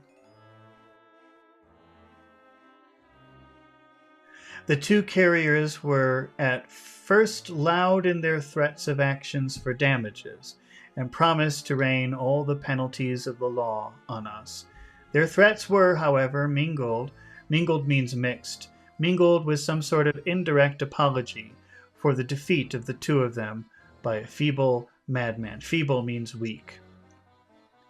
They said that if it had not been for the way their strength had been spent on carrying and raising the heavy boxes to the cart, they would have made short work of him. So they're embarrassed because this weird, crazy guy almost killed these two very big, strong men.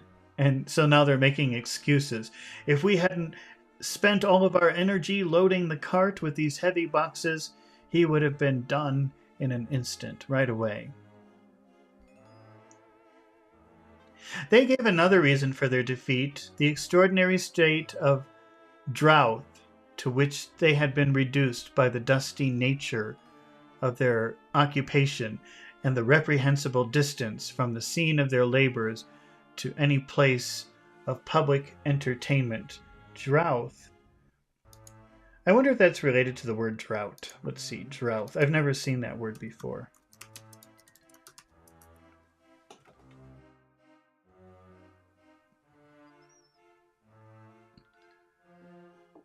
Okay, yeah.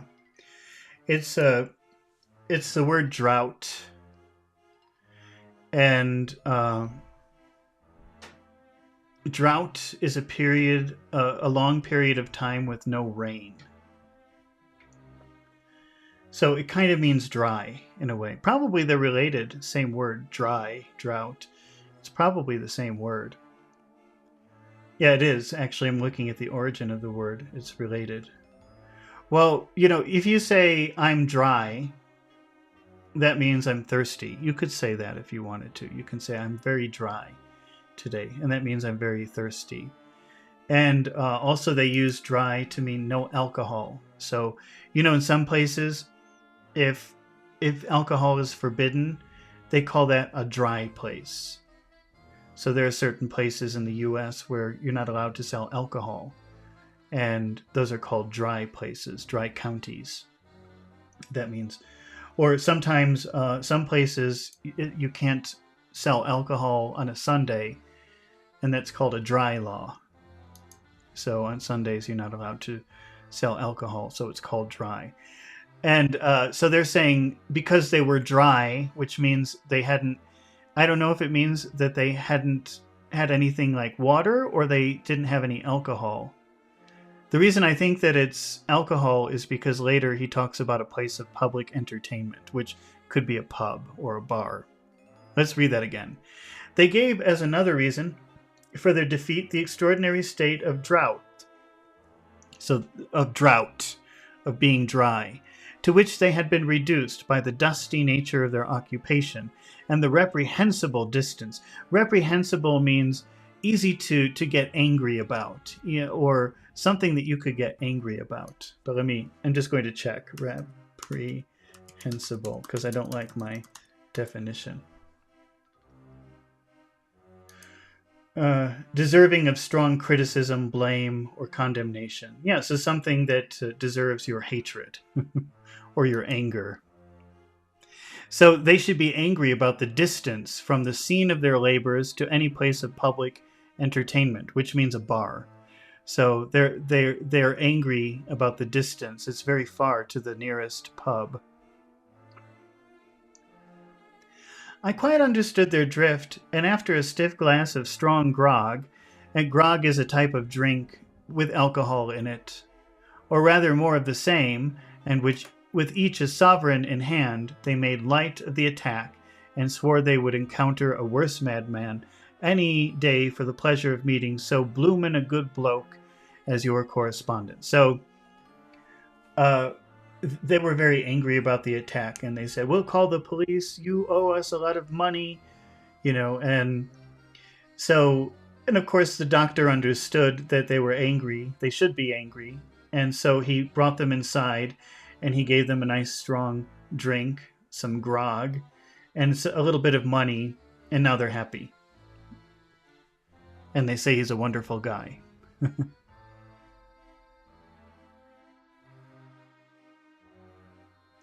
I took their names and addresses in case they might be needed.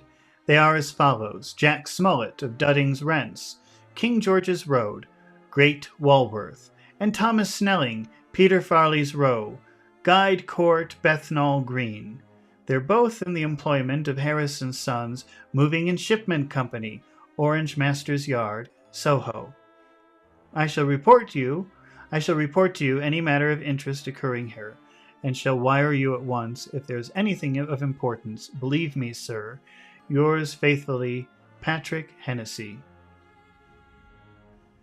Letter, Mina Harker to Lucy Westenra, unopened by her, 18th of September.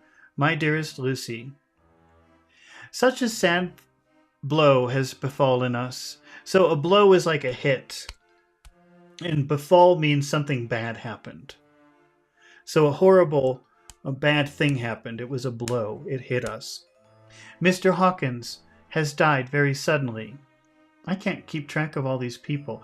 Oh, Mr. Hawkins is Jonathan's boss, so he owns the law firm. Some may not think it's so sad for us. The reason she's saying that is because he left all of his belongings to Mina and Jonathan. So they get his beautiful house and whatever money he has. But we had both come to love him so. We had both become to so love him that it really seems as though we had lost a father. I never knew either father or mother, so that dear old man's death is a real blow to me. Blow is hit. Jonathan is greatly distressed. It is not only that he feels sorrow, deep sorrow for the dear good man who has befriended him all his life. Befriended means made friends with. In the end, has treated him like his own son and left him a fortune which to people of our modest bringing up is wealth beyond the dream of avarice. But Jonathan feels it on another account. He says the amount of responsibility which it puts upon him makes him nervous. He begins to doubt himself.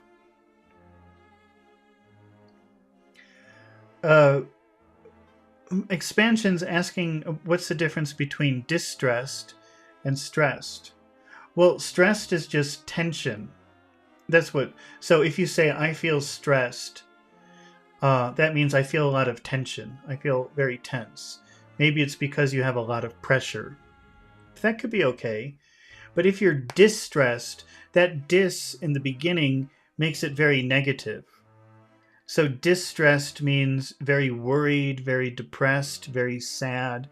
Something negative plus stress. Stress is not always bad.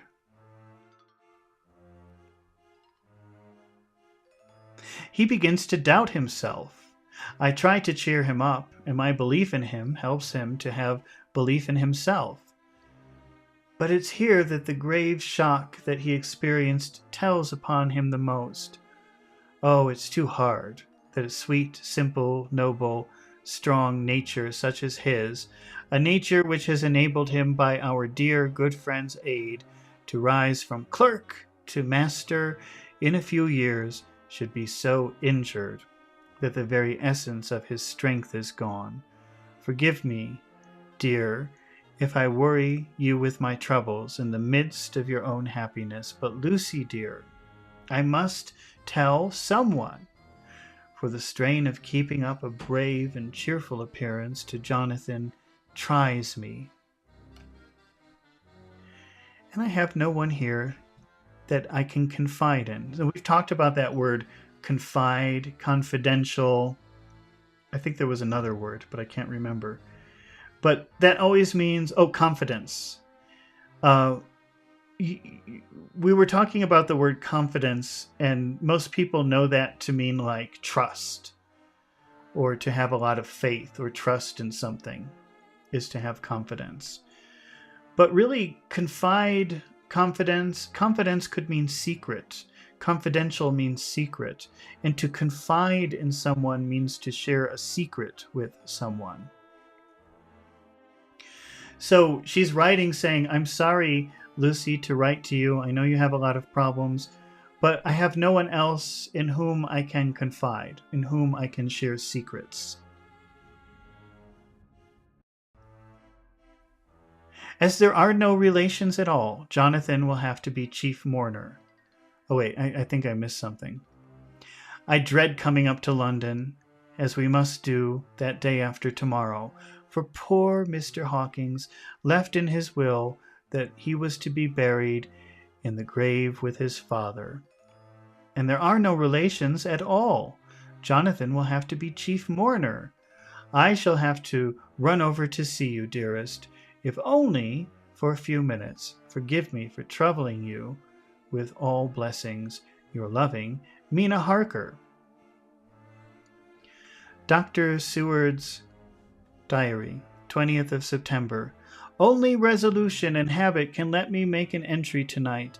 I'm too miserable, too low-spirited, too sick of the world, and all in it, including life itself, that I would not care if I heard this moment the flapping of the wings of the angel of death. So flapping, that's the movement of the wings of a bird, also the sound that you would hear. And he has been flapping those grim wings to some purpose of late, Lucy's mother and Arthur's father, and now let me get on with my work. I duly relieved Van Helsing in his watch over Lucy. He wanted Arthur to go to rest also, but he refused at first. It was only then I told him that we should want him to help us during the day, and we must not all break down for want of rest, lest Lucy should suffer. There's the word lest again.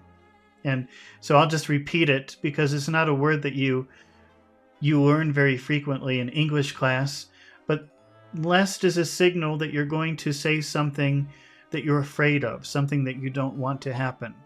So get some sleep, because if you don't, it will be difficult to take care of Lucy, and she'll suffer. She'll get worse, lest Lucy should suffer. So he agreed to go. Van Helsing was very kind to him. Come, my child, he said. Come with me. You're sick and weak, and have had much sorrow, and much mental pain, as well as that tax on your strength that we know of. You must not be alone, for to be alone is to be full of fears and alarms. Come to the drawing room, where there's a big fire, and there are 2 sofas.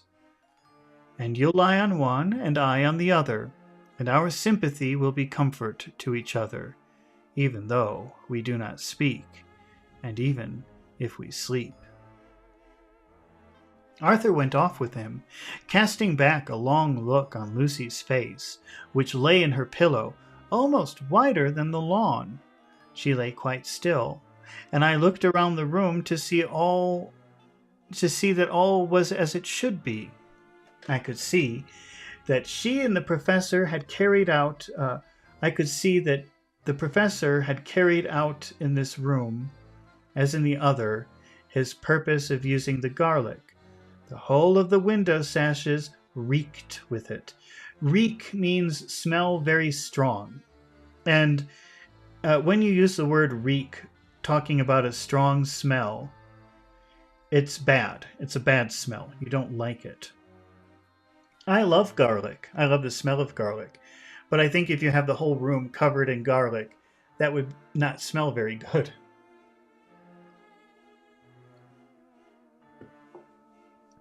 So the whole room reeked with garlic. That means it was a very strong, bad smell of garlic.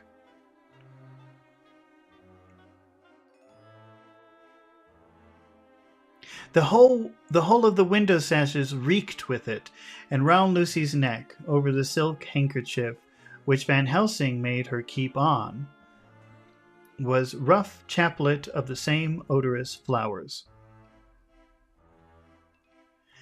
Lucy was breathing somewhat stertorously. We had that word earlier. It's a medical term for heavy breathing. And her face was at its worst, for the open mouth showed the pale gums. Her teeth, in the dim, uncertain light, seemed longer and sharper than they had been in the morning. In particular, by some trick of the light, the canine teeth, canine That's the Latin word for dog. So these mean like dog teeth. And your canine teeth are the two sharp teeth. The canine teeth looked longer and sharper than the rest. I sat down beside her, and presently she moved uneasily. At the same moment, there came a sort of dull flapping. So remember, that's the movement of a bird's wings. In this case, it's a bat, and it could be the movement that you see, the flapping of the wings, or it could be the sound. You could hear it and know that you're listening to wings. Or buffeting, and buffeting is when something is hitting up against another thing. So he could hear the flapping of wings and the buffeting of something up against the window outside. I went over to it softly and then peeped out of the corner of the blind. There was a full moonlight, and I could see the noise was made by a great bat, which was wheeled around, doubtless attracted by the light, although so dim, and every now and again struck the window with its wings.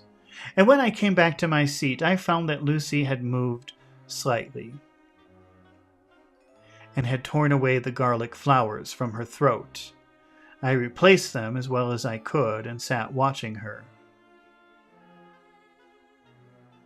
Pachu, I'm not sure, the last thing that you wrote, is that peeped out? Peeping is like a little look.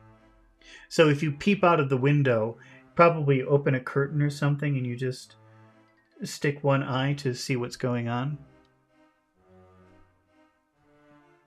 Presently she woke, and I gave her food as Van Helsing had prescribed. She took but little, and that languidly. There did not seem... That word languid means without any energy. There did not seem to be with her now the unconscious struggle for life and strength that had hitherto so marked her illness. It struck me as curious that the moment she became conscious, she pressed the garlic flowers close to her. It was certainly odd that whenever she got into that lethargic state, lethargic means no energy, with the stertorous breathing, she put the flowers from her. So when she's sleeping or losing consciousness, she tries to take the garlic away from her neck. But when she's awake, she holds it to her like it's protecting her. She puts the flowers from her, but that when she waked, she clutched them close. Clutching means holding something very tight. She clutched them close. There was no possibility of making any mistake about this, for in the long hours that followed, she had many spells of sleeping. And there we have the word spell again, which means a period of time. So she had many periods of sleeping and waking, and repeated both actions many times. At 6 o'clock, Van Helsing came to relieve me. Arthur had then fallen into a doze. So remember, doze is when you're trying not to sleep, but you go to sleep anyway. It's this. Huh?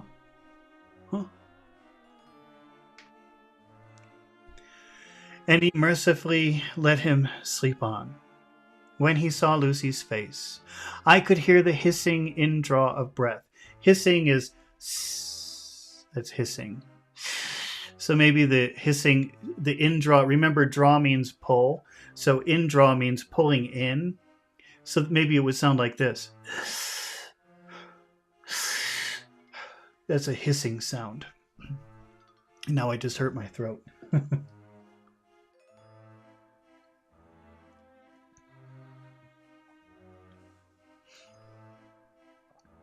When he saw Lucy's face, I could hear the hissing indraw of breath, and he said to me in a sharp whisper, Draw up the blind. I want light. And then he bent down, and with his face almost touching Lucy's, examined her carefully. He moved the flowers and lifted the silk handkerchief from her throat. As he did so, he started back. I could hear his ejaculation, Mein Gott! So that's Dutch for my God. Dutch and English are very similar. languages. So you don't really need a translation of that. It just is, my God. As it was smothered in his throat, I bent over and looked, too, and as I noticed, some queer chill came over me. The wounds on the throat had absolutely disappeared. For fully 5 minutes, Van Helsing stood there, looking at her, with his face at its sternest. So we've seen that word stern many times today. That means serious. Then he turned to me and said calmly, "She's dying. It will not be long now. It will be much different, mark me, whether she dies conscious or in her sleep. Wake that poor boy, and let him come to see the last. He trusts us, and we have promised him." I went to the dining room and waked him, and he was dazed for a moment. So remember, like, that's when you're dazed, that's when you wake up and you don't know what's happening. Where am I? What's going on? That's being dazed. He was dazed for a moment, but when he saw the sunlight streaming in through the edges of the shutters, he thought he was late and expressed his fear. I assured him that Lucy was still asleep, but told him as gently as I could that both Van Helsing and I feared the end was near. He covered his face with his hands and slid down on his knees by the sofa, where he remained perhaps a minute, with his head buried, praying, whilst his shoulders shook with grief.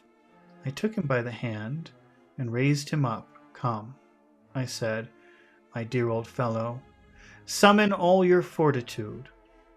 So here, earlier we were comparing rally and summon. You could say rally all your... Okay, by the way, fort is a Latin word that means strong. So fortitude means all of your strength. It's another way of saying strength. And so you could say rally all your fortitude, but here we're using summon. Summon all your fortitude. It will be best and easiest for her. When he came into Lucy's room, I could see that Van Helsing had, with his usual forethought... That word "for" means in the front. So forethought means thinking in advance, thinking in the front, like anticipating problems.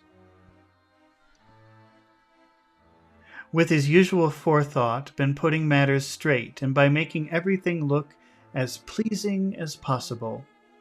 So he tried to arrange the room to make it look very beautiful for this moment, so that it wouldn't be ugly or bad. That's why they're using forethought. He was thinking in advance of this situation.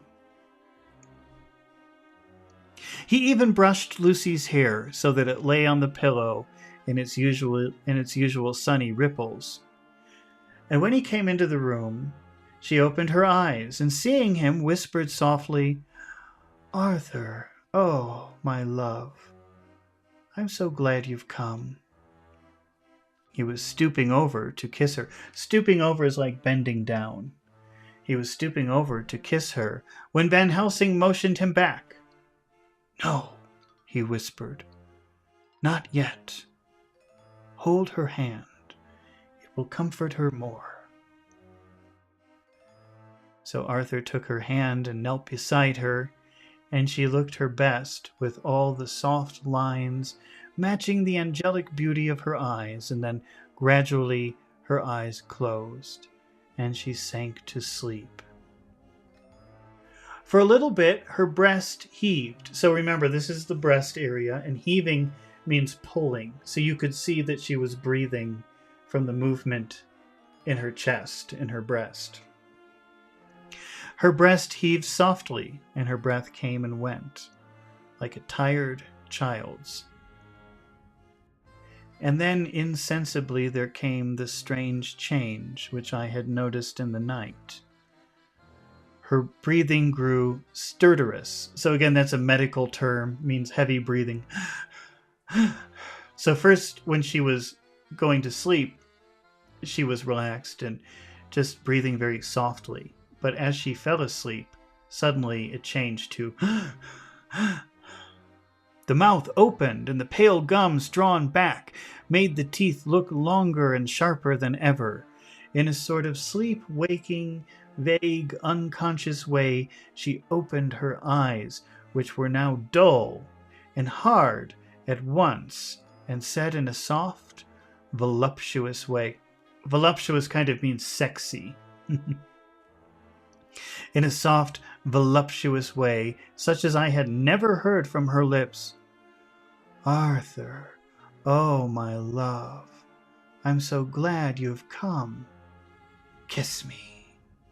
Arthur bent eagerly over to kiss her, but at that instant Van Helsing, who, like me, had been startled by her voice, swooped upon him, and catching him by the neck with both hands, dragged him back with fury of strength which I have never thought he could have possessed.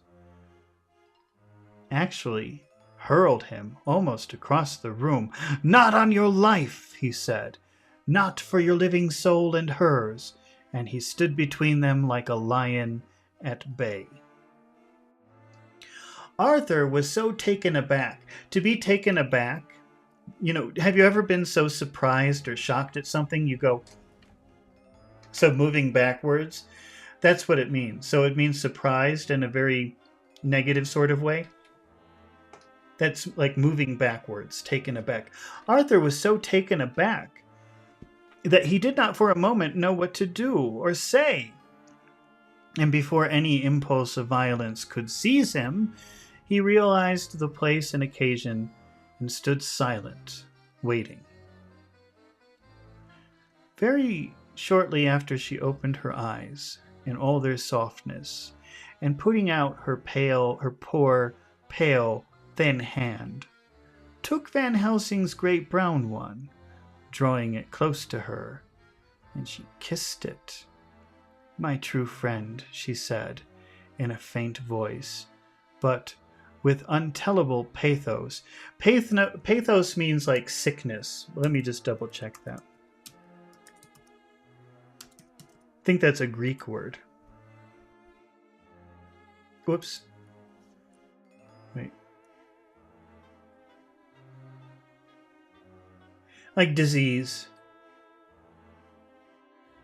Yes, it's a Greek word. Suffering, emotion. I mean, yeah, let's just say that it means disease.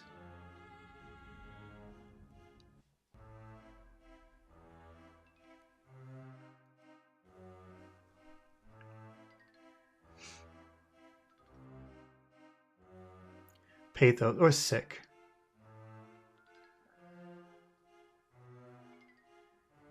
My true friend in his, oh, guard him and give me peace. I swear it, he said solemnly, kneeling beside her and holding up his hand as one who registers an oath. So that means he went like this. I swear it. I promise I will do that. And then he turned to Arthur and said to him, Come, my child, take her hand in yours and kiss her on the forehead only once. Their eyes met instead of their lips, and so they parted. Lucy's eyes closed, and Van Helsing, who had been watching closely, took Arthur's arm and drew him away. So that means he pulled him away, because draw means pull. And then Lucy's breathing became stertorous again. So all at once it ceased. Ceased means stop. It's all over, said Van Helsing. She's dead. I took Arthur by the arm and led him away to the drawing room, where he sat down and covered his face with his hands, sobbing in a way that was nearly broke me down to see. I went back to the room and found Van Helsing looking at poor Lucy, and his face was sterner, serious, than ever. Some change had come over her body.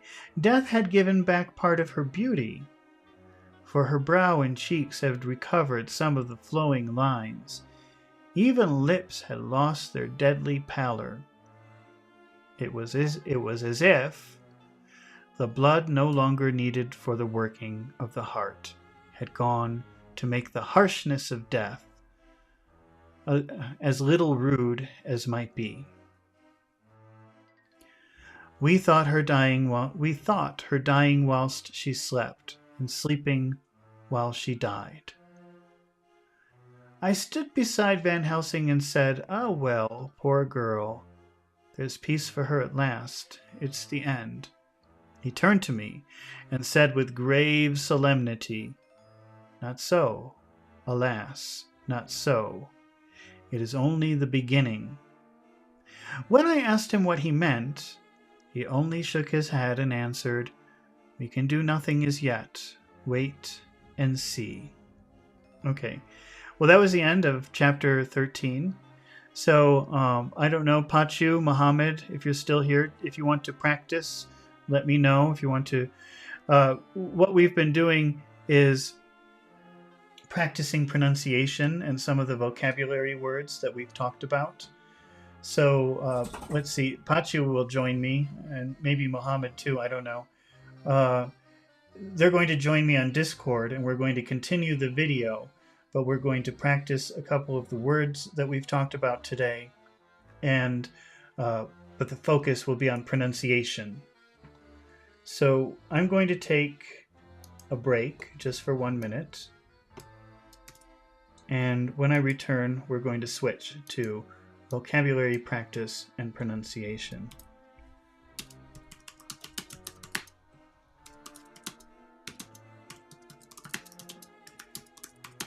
Okay, so I will be right back.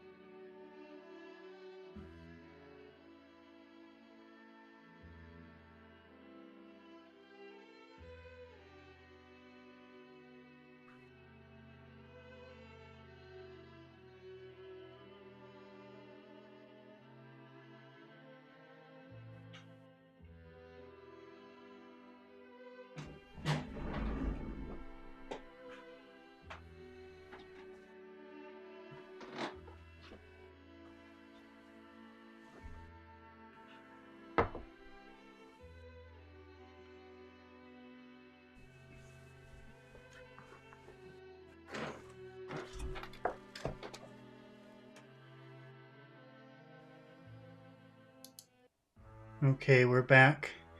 Expansion says, "Oh, I would love to practice, but it's too late." Well, it's too bad. Well, maybe the next time you're on here, it would be a good time to practice for you, and you can join us. Okay, so let's see. Let me just get things prepared here. All right. We'll start with, I've already made a list of words, just 4 words. The first one is relapse. That's a good word to know. So let me just put this up here. So we've got relapse.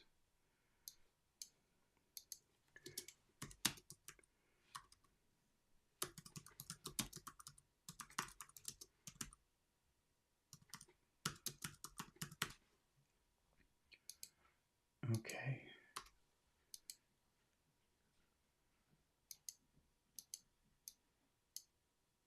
Sorry, I just want to get this because it takes a minute for you to see what's up here on my video screen. So I just want to put that up before we start.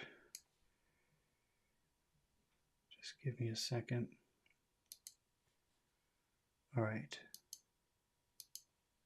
Here we go. All right. So now I'm going to call Pachu in Nepal.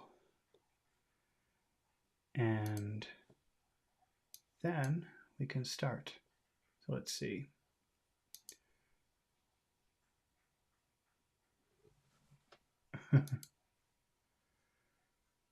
Where is it?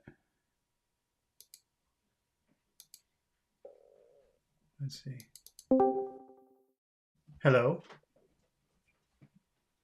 Hello, sir. Okay, so we've got Pachu. Hello. All right. Have you ever seen this Yes, word sir. before? The first word that I have up here is relapse. Have you ever seen that word before? Oh, is my. Can you hear me? Oh, wait. Can you hear me? Mm, Yes, sir. Okay. Have you ever seen that word before? Relapse. Relapse. No, No. no, no. Okay. Well, that means like if you're sick, if you feel sick for some reason, maybe you have a cold, and then you start to feel better, so you think you're improving, but then suddenly your condition becomes worse. This is a relapse. So this means when a medical condition becomes worse. Yes, Does that make sense? That's a little bit it's a pretty common word. Let's take a look at this sentence. yes. Can you read the sentence that's on the screen? What does it say? Okay, the patient was doing well, but relapsed after stopping his medication. So what is the idea? Can you explain to me the idea in that sentence? Okay, so the at the beginning, the patient was doing well, but after mm, relapsed, meaning I forget it. Well, that means that the medical condition becomes worse. So if you're if Okay, you're if you're taking your medicine and you feel okay, what happens if you stop taking your medicine? worse. Yeah, you Yeah, relapse. You return to I relapsed. the bad state. Yeah, Does that okay, make sir. Yeah. sense? Do you understand the idea of Yes, relapse? yes, Okay. yes. All right. So that's a pretty common term that's used if you have to deal with sickness or a doctor. You'll hear that word relapse. Okay. What are the first two words in that phrase? The patient, Okay. Now that sound in the middle, I know that it's a T, but the sound is actually the whistling sound. So that's patient, patient. pass, patient, Shh. You patient, have to whistle. You have to pa, whistle when you do that. Shh. Patient. patient, Yeah, patient, that's right. That's right. patient. Okay. But now the first vowel sound in that word, patient, patient. How many sounds do you hear? A, How many sounds? A, A. the two, It's two. So two, So how do you pronounce that word? Patient. patient, patient, Hmm. patient. Patient. Patient. Okay. How about the next two words? Was doing. Was doing. Yeah, is, was doing, Hmm. was doing. Okay. And uh, if you think about the vowel sounds in those two words, are they long sounds or short sounds? Was doing. Ooey. Ooey. Yeah. Are we, Ooh. is, Ooh. Ooey. Ooh. Ooey. Ooey. was doing. Ui.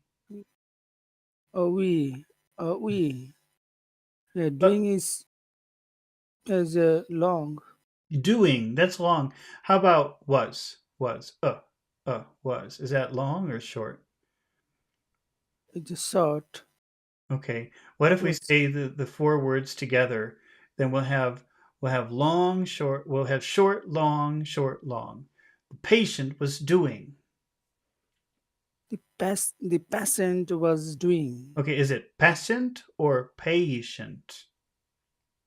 It's a patient, How many sounds? patient. How many sounds in that vowel? Patient. How many sounds? Is a two patient, patient. Patient. Patient, Patient. Patient. Okay, the patient. patient. The patient was doing. The patient was doing. Mm. Patient Okay. was doing. Is it doing or doing? Is a doing. Is a Yes. doing. Yeah. So that's important to say it like that because if you say it the other way, that could be difficult to understand. The patient was doing.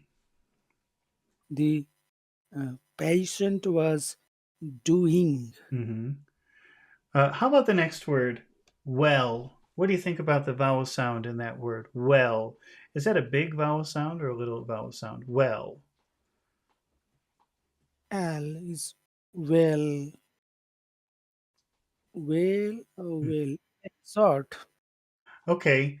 What is the first sound in that word? A The first well. sound, when you have a W, the first sound is U, oo. u, Ooel. u, Oo. well. Ooel. U, Ooel. u, l. Well. U, Ooel. l. Can you say goo? Goo? It's a goo. Mhm. Can you say goo l? It's a goo well. Goo well. Doing well. It's a doing well. Mhm. Is doing well. Doing goo well. Goo well. Goo well. Doing Okay, well. so doing go well. Doing well. Doing well. The patient was doing well. The the patient was doing well. Okay, Was doing is well. it pa or pay? Which is the correct way to say patient? It's a patient. This is a patient. Pay, patient. The patient. Uh-huh. Patient. The patient was doing well. The patient was doing is doing well. The patient was doing well, but The patient was doing well, but what? How about but? Is that vowel sound? Is that a long vowel sound or a short vowel sound? But as is a short. so we have well, but, well, but, well, but. Well, but The patient was doing well, but. the the patient was doing well, but Okay. Uh, the patient was doing well, but now the next word is relapsed. That's a hard word to say. Relapsed. relapsed. How many Relapsed. how many syllables? What does that mean? What does relapse mean?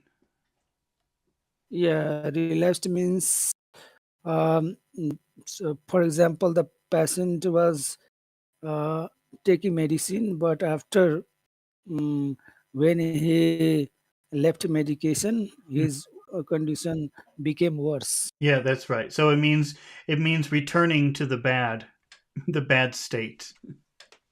Yeah. So you're improving, but then something happens and then you become worse or bad. Hmm. How many syllables does that word have? Relapsed.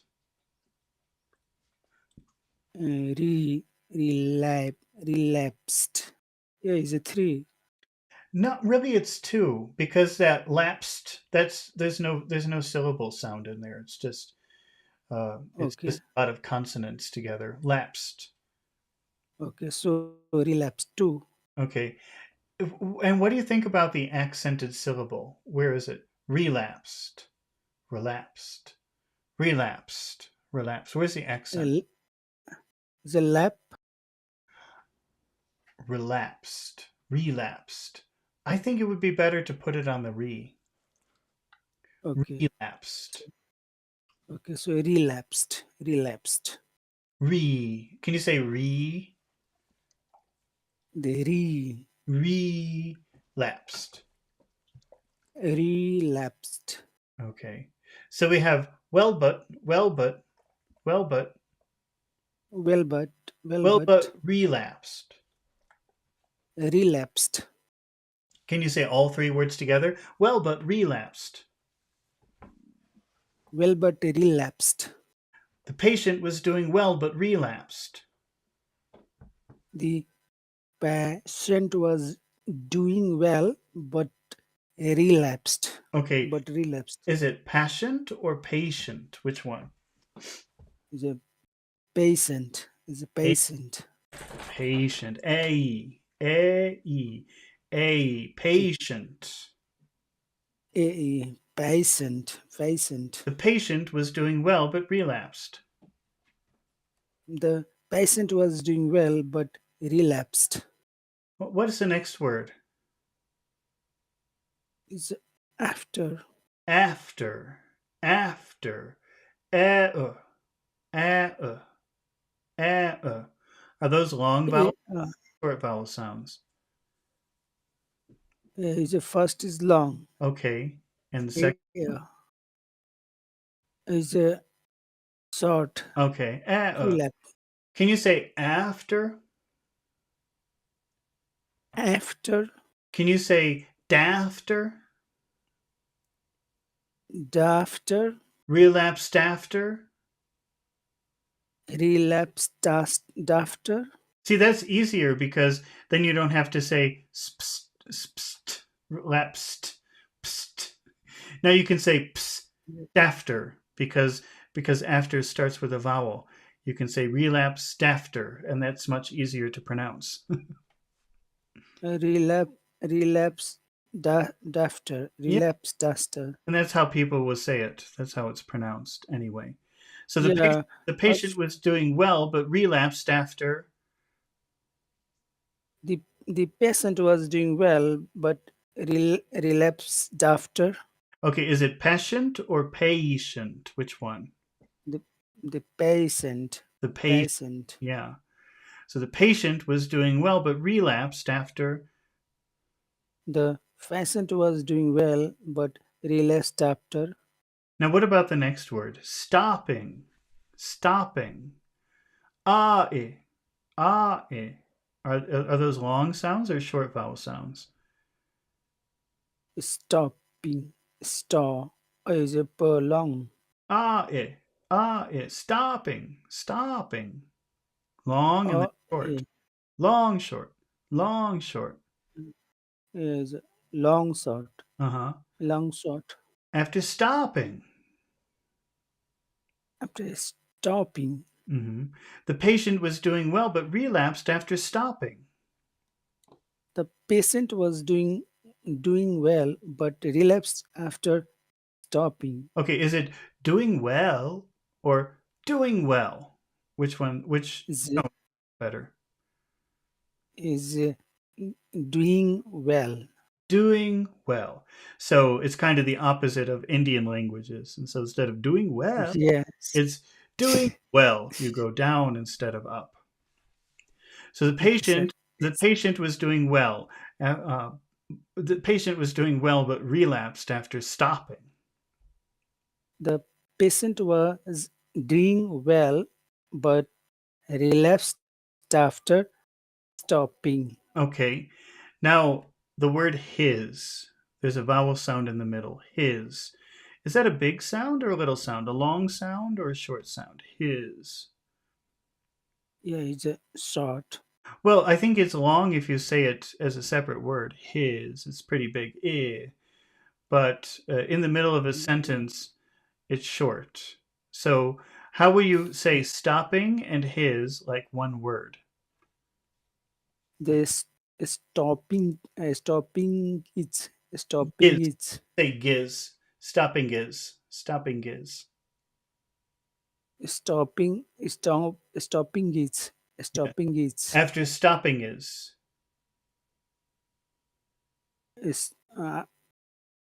stopping is After stopping is. after stopping is The patient was doing well but relapsed after stopping is. the patient was doing well but relapsed after stopping it Okay. Is that patient or patient? is a patient Hmm. Don't forget to whistle. Patient. pa- patient Pa or pay? Pa or the pay? pay Pay. patient Pay. patient Patient. Patient. patient The patient was doing well but relapsed after stopping his. the patient was doing well but relapsed after stopping him after stopping it Stopping his. Patient or patient? is a patient is Uh, patient two sounds. Two sounds. A. Patient. A. the the patient this is a Mhm. patient So this is yes the top of your mouth. Here's your tongue. Your tongue goes like that. Patient. patient Patient. The patient was doing well, but relapsed after stopping his. the the patient was doing well but relapsed after stopping his I'm glad that you fixed it that time. You said it the wrong way, but then you said, oh no, that's wrong. And then you fixed it. Okay. yes Medication. Medication. How many syllables are the in medication? medication for Hmm. Medication. Can you identify the strongest syllable in that word? a medication K. K. K. yeah Medication. medication That's medication that's the same sound as patient. So you have to be careful and pronounce both of the sounds in that vowel. A.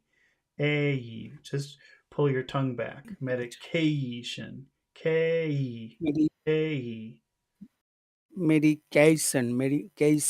Mhm. medication And cation don't forget to whistle when you say shun. Shun. medication Medication. medication Medication. Mhm. medication The patient was doing well but relapsed after stopping his medication. the the Uh, patient was doing well Try again. is Try. doing well A. A. A. the A. a Mhm. the the patient sorry the A. patient was doing well A. the A. patient the patient Okay, the patient was doing well but relapsed after stopping his medication. the patient was doing well but relapsed after stopping its Okay. medication How many phrases do you think that we could divide this sentence into? okay so to- the patient was doing well this is the Okay. first The patient was and okay. the Whoops. patient was doing well the Mm, first okay. and doing well and the first thought and second thought is the but relapsed. Okay, but Yeah, relapsed. but relapsed. Yeah, Okay. and yes, and next is after stopping his medication. Yeah, this Okay. is the whole phrase. Okay. So if we look at the first phrase, the patient was doing well. Can you identify what would you say are the most important words in that phrase? Uh, is well, Okay. Any other important words or only the word well? the the patient, the Okay. patient. Patient, patient. What do you think about the verb Yes. doing? Should we also make that important? Yes. Okay. Yeah. All right. Now, what do you think? Do you think that this should be a phrase that sounds serious or friendly? What do you think would be better, most appropriate here? Is happy. Happy? Okay. Yes. So that means you want to use high tones, okay? Now, Yeah. because patient is the beginning of your phrase, you'll use a high tone there. But Yeah. even when you get to the word well, you also want to be in a high tone. But because well is also the end of your phrase, you'll make it low. So that would sound like this: well. You go Well. high to Well. low. So this is going to be a high sentence. The patient was doing well. The patient was doing well. Okay. The patient was doing well. So we're starting high with patient because it's the beginning of a phrase. And normally you start with a high tone. And we're going to keep it high until we get to the word well. And then we're going to drop down. So, well, you fall down. The patient was doing well. The patient was doing well. Okay, is it passion or patient? Which one? Is a patient. Is patient. Patient. Patient. Don't forget to whistle. Shh, shh. Patient. The the patient. Yeah. Patient. That The was a very good, patient. that was a very good patient that you just said. It was very clear. Patient. Okay. The So pa- go ahead. the patient. The patient The patient. was doing. Keep it high. The patient was doing well. The patient was doing well. Is well. Okay. The patient was doing well. Okay. Now, in our next phrase, but relapsed. What does that word relapse? But What does that mean? Relapse. means uh, became worse condition. Okay. Uh, So become worse, going from improving to going worse. Okay. And in that phrase, what is the most important word, do you think? yeah, they relapsed. Okay. Re- Re relapsed. And relapse which syllable has the emphasis? Relapsed. Is it the first one or the second one? is a first. Is a re. Okay. Now, is this a serious phrase or is this a happy phrase, a friendly phrase, a nice phrase? Is a serious. Okay. So how now you have to start kind of high if you say but because that's the beginning of your phrase. But how do you want to finish? Yeah. How should you pronounce it at the end? So but But how will you say relapse? Is that a high tone or a low tone? is a low tone. Okay. But so Calling tone. how would that sound? But Is is a but is a but relapsed. Relapsed. okay, but Relapsed. relapsed. But relapsed. But re- But relapsed. the patient But re, go ahead. but relapsed. But relapsed. The patient was doing well. Oh, sorry, that's supposed to be high. The patient was doing well. Well, but relapsed. The patient, the patient was doing well, is doing well, but relapsed. Pay, pay. Don't forget to pull your tongue back. Patient. Uh, patient, That, patient. that was good. The patient was doing well, but relapsed. The patient was doing well, is doing well, but relapsed, But relapsed. but relapsed. Okay, now we have our final phrase after stopping his medication. Can you Okay, identify what do you think are the important words in that phrase? is a stopping Okay, so we'll make that big. That's an important word. What else is an important word? and is a medication. Okay, all right. So let's just look at the rhythm for a minute. This is after stopping his medication. Yes, Uh, after stopping is medication. so this would be like one word here. Gizmede, Yeah. gizmede, gizmede, gizmede, gizmede. Okay. Can you say Gives medi. gizmede? Okay. Gives medica. Gives medi. Gizmede, gizmede, Gives medi. Gives medi. giz medication. Gives medication. After Gives stop medication. medication. After stopping gives medication. Okay. Now, is this a serious? Do you think this should be sound serious or friendly and happy? Which one do you think would be better? Yeah, it's serious. Okay. So when we start with stopping, we'll make that high because it's the beginning of a phrase. But then when we Yes. do cation, we'll make that low. Stopping Yes. stopping is medication. Stopping is medication. Stopping is medication. After stopping is Medication. medication. After stopping his medication, The patient was doing well but relapsed after stopping his medication.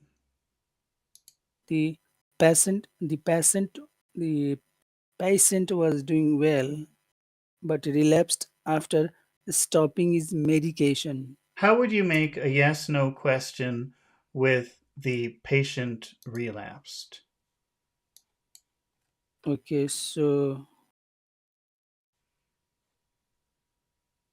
did the patient relapse?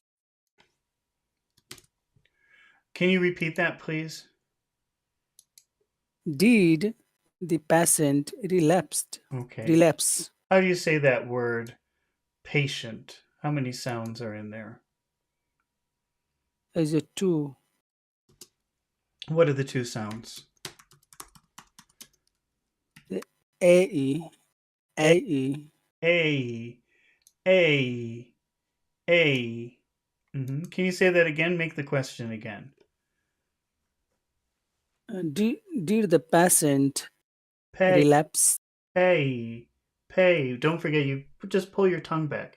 Pay, pay. Pay, hmm pay, Did the patient pay. Okay. Did the patient relapse? pay, pay? Pay, pay, hmm pay, You can do it. I hear you doing it. You just have to remember to always do it. pay. Pay. Okay. Okay. Now that word "did." Do you think that's an important word in your question? Yes, So yes. how should you pronounce it if it's important? Is it is it deed? Is Did it deed? did the patient relapse? Did the patient relapse? Did the patient Relapse? relapse?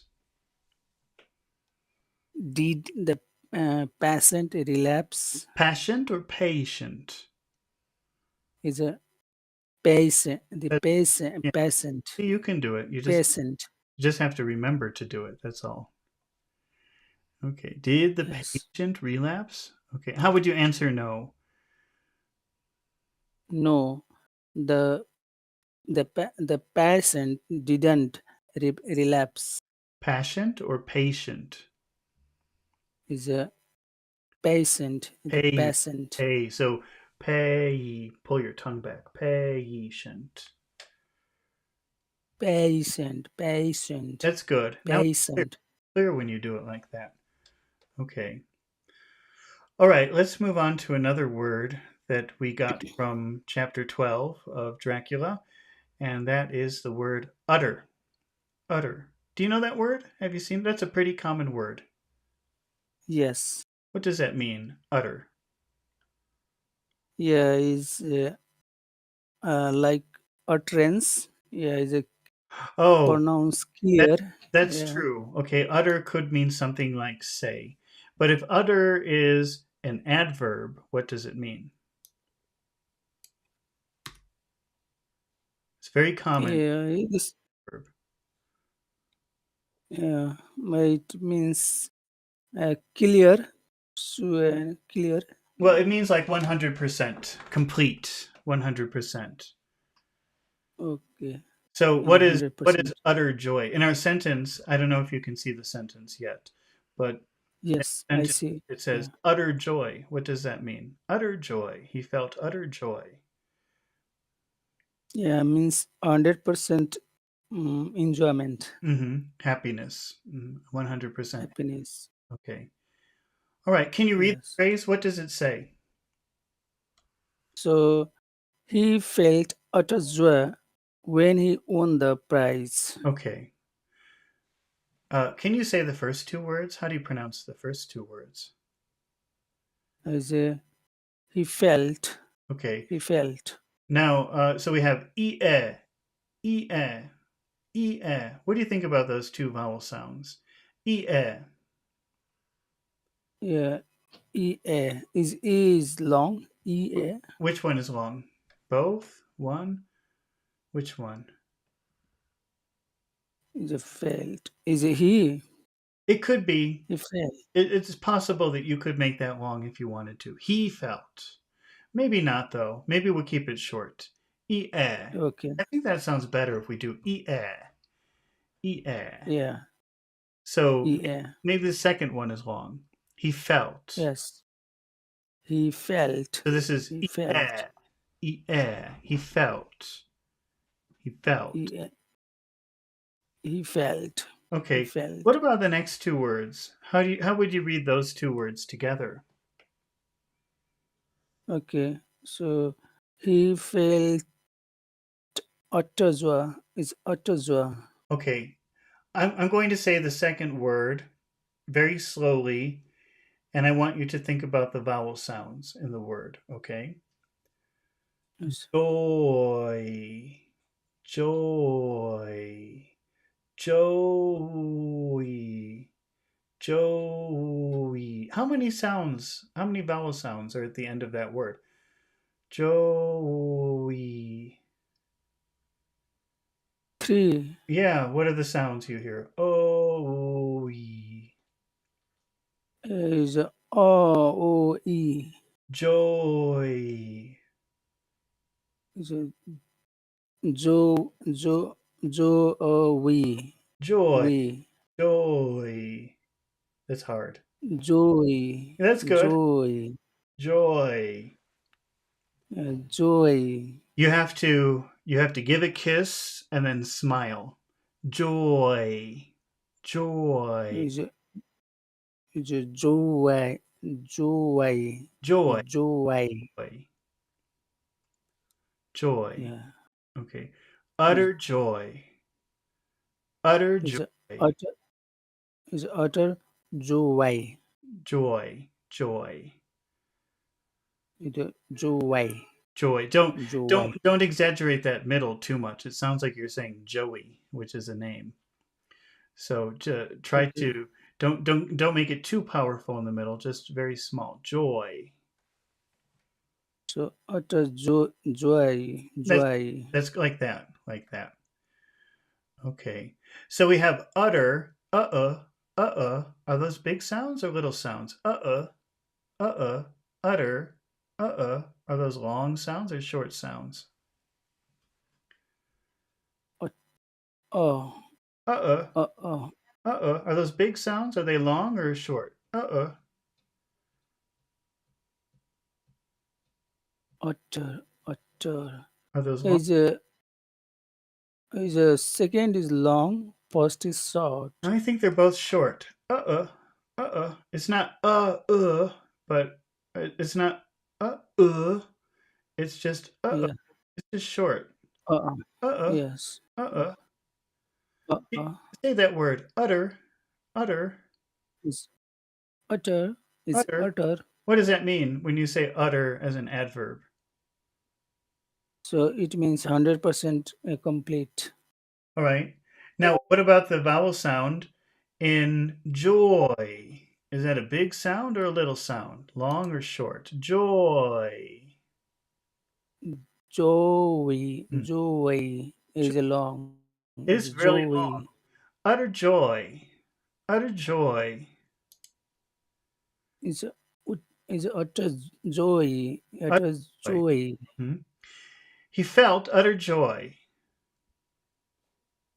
He felt utter joy. Okay. And then we have, what are the next two words? Can you read the next two words? Is when. Is when. Is when. What about the next word? What is after when? Is when he. How do you think that When he. how do you think that sounds in the middle of a phrase? When he. Yeah, it is. In this situation is short. But how would you say those two words together? How would that sound?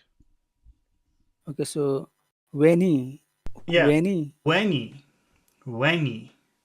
When he. When he. When he. Okay, I think the when could be pretty long. When he. Well, no, maybe not. I changed my mind. Especially because joy is very long. Maybe we can say Yes. joy winnie, joy winnie, joy winnie. Joy.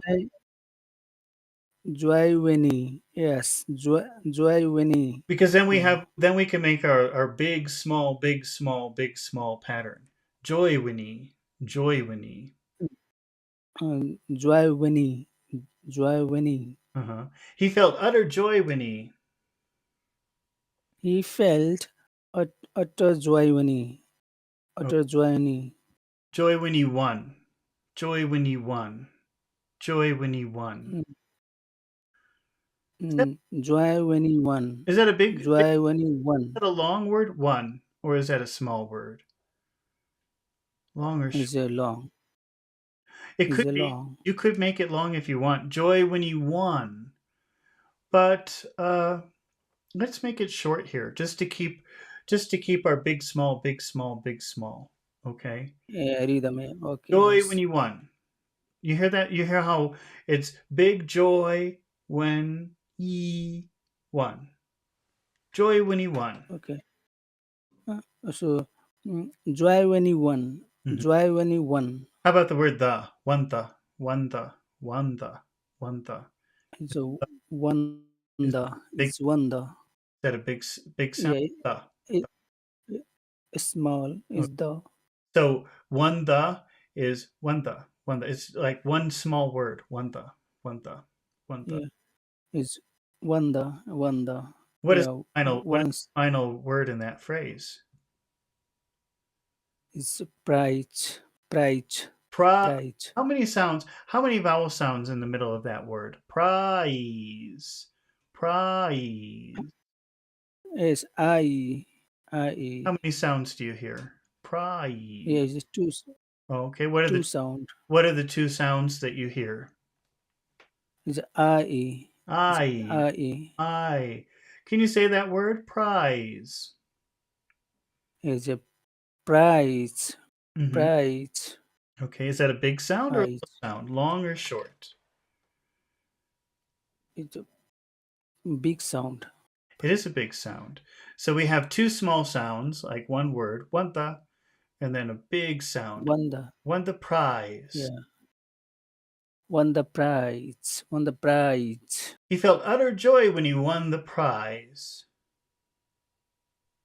He felt utter joy when won the prize. When he won. When he won. When he won.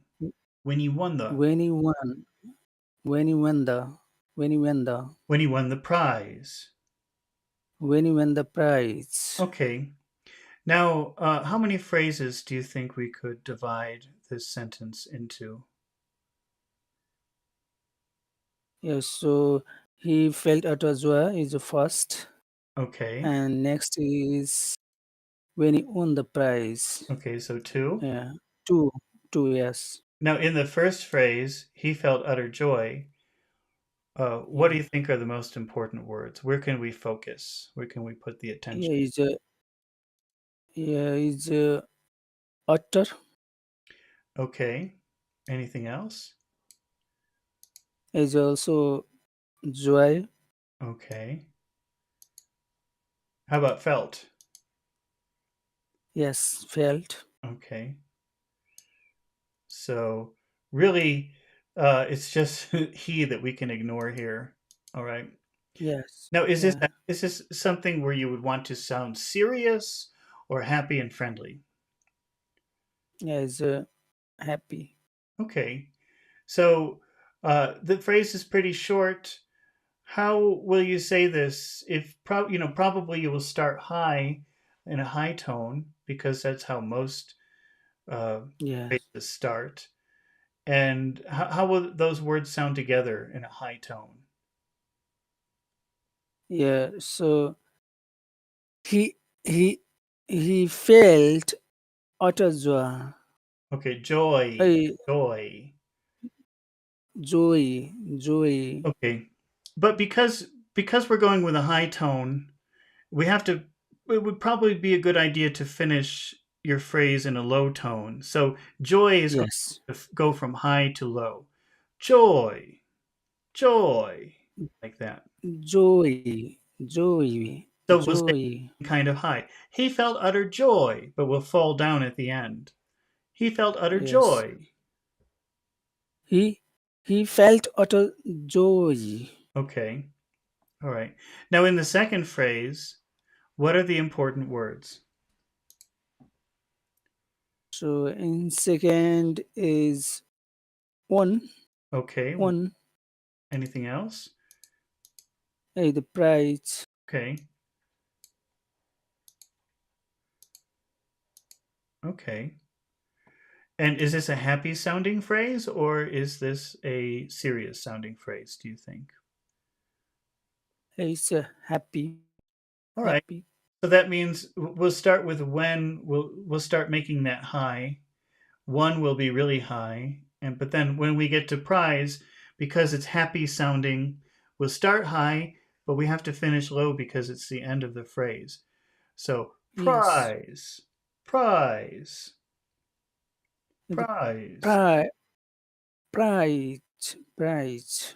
When he won the prize. Prize. Sorry, let me try that again. When he won the prize.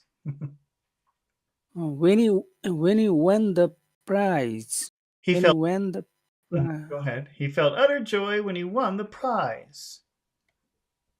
he felt utter joy when he won the prize. Won. When he won the prize. When he won the prize. When he when he won the prize. Okay. How would you make a how he feel question when win prize? How would you make a question? How he feel when win prize? So did did he feel utter joy when he Can you won? make a how question? How he feel when win prize? I'm making it a little bit more difficult for you. Okay, so how did he feel hmm when he won the prize? Well, so in that question, how did he feel? what is the important word, do you think? How Okay, so how should you say that? If that's an important word, how should you pronounce it? is a how is how How is did he? how How did he? How did he? how okay. So how did he? How How did he? how did he feel when he won the prize? How did he feel when he won the prize? Okay, how did he feel when he won the prize? Okay, and then How go ahead. how did he feel when he won the prize? When he won the prize. Okay. He He felt can you say he felt utter joy when he won the prize? I know I deleted it already, but can you? okay. So he felt he felt. Can you say again? He felt utter joy. He felt utter joy He felt utter joy when. Mhm. when he won the prize. Okay. All right. I think we'll just do one more because I'm getting tired. Yes, yes, Okay. okay, yes, Have you ever seen this phrase to be at your wits' end? yeah. To be at wit's end. Have you Yes, seen that? sir. Yeah, in my exam, yeah, it also I have to do a repeat sentence. Means some sentence says, and I have to repeat at the same. So I have to also sometimes practice with you. So you says, and I will repeat, and it will improve a little. Yeah. Okay, but do you know that expression to be at your wits' end? Do you know what that means? Have you seen that before? No, no, Okay. actually not. That means to be very frustrated with something, to not know how to fix the problem and to be very frustrated. Yeah. Can you read the example sentence that I have in the video on YouTube? Okay. So she's at her wits, ending dealing with noisy neighbors. Okay. Now Okay, noisy neighbors. when you say she, don't forget to whistle. Okay. She's. She, she, She. she, She's. Okay. she. Wits can mean like intelligence or like the function of your brain or uh, how you feel, something like that. Okay. So, what does that mean if you say she's at her wits' end? That's a very common phrase, to be at your wits' end. What does that mean? Yeah, is uh, feeling frustrated. Very frustrated. No, I don't know how to fix the problem. I can't fix the problem. I tried everything. Uh, Don't know what to do. What is her problem? so her problem is dealing with noisy neighbors. Yeah, so she Yeah, doesn't know what to do about that. And she's tried yeah, things and nothing works. Is that pretty clear what the meaning of to be at her wits' end means? yes, yes. Yeah, Okay. to be at wits end. Okay, it's a very common phrase. How would you say the first three words that you see? So uh, she she's at she's at she's at Okay, and then her. Also, don't forget her. Use that word too. okay. So she's at her. Okay, She's at her. listen to how I say it. She's at her. She's at her. She's at her. She's at her. Mhm. She's at her. So there are three She's vowel. at her. We've got three vowel sounds. E at a. E at a. E at a. Can you? E, Are e those? Tell me about the sounds. Are they long or short? E at a. E at a. is long and e at her. Is other is short. Can you say that phrase? She's at her. She's at her. Caesar. Okay. Now the next two words are they appear together all the time. Okay. Wits and end. That means to be very frustrated, don't know what to do. And those two words go together all the time. When you have two words that go together all the time, which word should you focus on? Yeah, is the first sound. First sound make it double. Okay. The So it's how will you pronounce those two words together? so w- wet sinned. Oh, you do have to pronounce the E clearly. End. You do have to say that. Pretend like there's an H there. Witsend. Witsend. Witsend. Wits Witsend Witsend. Witsend Okay. Witsend Let, let's Witsend. let's try to say everything together. She's at her wits end. The Caesar Witsend. Okay. Caesar Witsend. So we have big, small, big, small. She's at her wits end. Caesar Witsend. Okay. What does that mean? If you say she's at her wits end, what does that mean? Yes, means she is completely frustrated. Doesn't know what to do. Yeah, Okay. How will you say the next three words together? is uh, dealing with dealing with the Okay. dealing with the Okay, now we have the first word, dealing. Dealing. There are two vowel sounds in there. Are they big vowel sounds or little vowel sounds? Dealing. yeah is a long Which one? deal. Because there are two sounds. E E, e, e. is E Dealing. Dealing. is E dealing Okay, the how about dealing now the next two words both have a vowel sound. With the, with the, with the. is a short with the And it's with the just I. e e Dealing with e the, dealing with the. dealing with the She's at her wits' end dealing with the Caesar Caesar wits in the dealing with the wits' end. You do sometimes sometimes you can take a vowel sound when it's reduced and you can just make it but you cannot do that with the word end. So you have to fully. It's a short sound, but you have to fully pronounce it. Eh. Pretend there's an H coming out of your mouth. Eh. yeah Eh. You have to say the full sound, otherwise I don't understand the word. wits Wits end.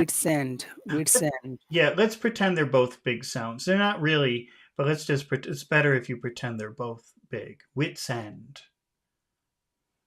wits and Yeah, wits and she's at her wits end wits and dealing with the. she's at wits and dealing with the She's at her. She's at her. She's at her. she's at her she's at her She's at her she's wits at her end dealing with the. she's at her wits and dealing with the Okay, and then what are the next two words? is noisy neighbors.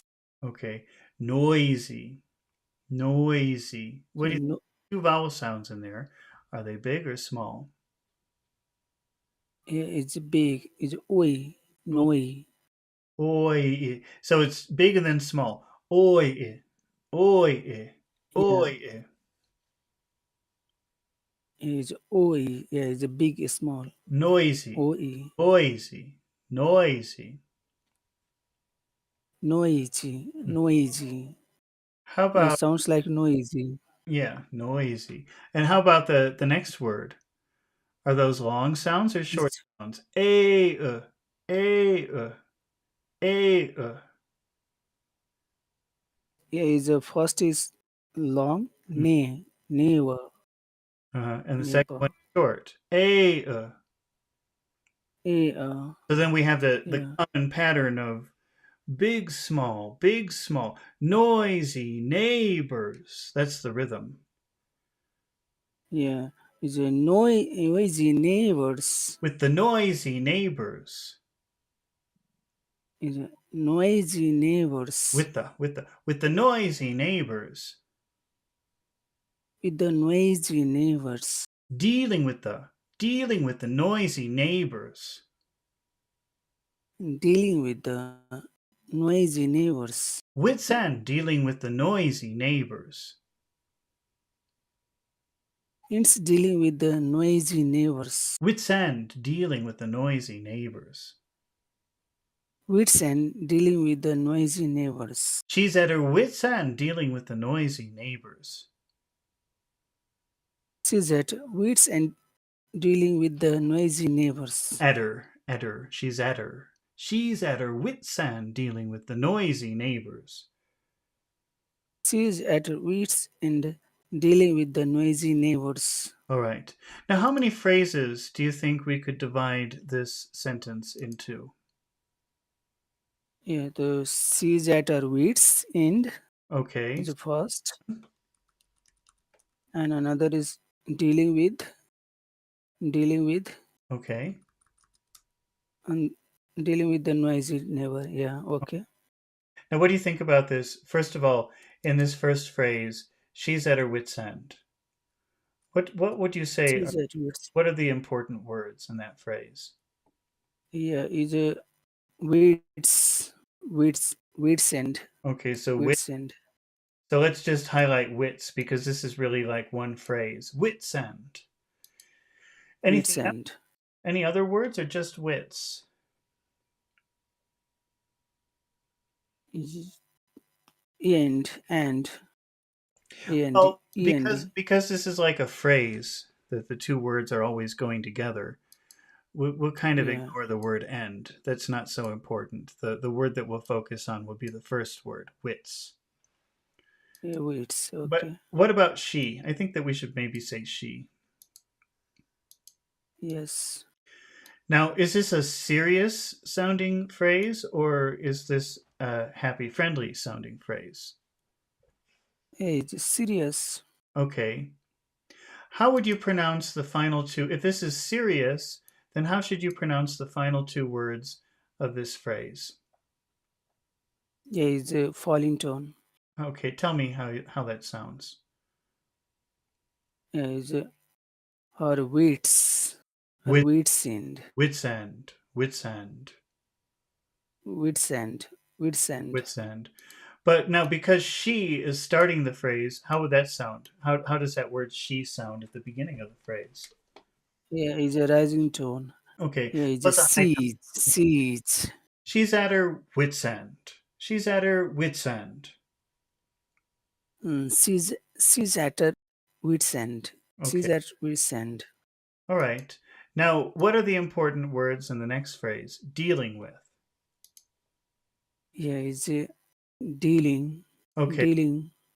now that's two syllables. Dealing. Which one has the accent? Yeah, it's a E. D. Okay.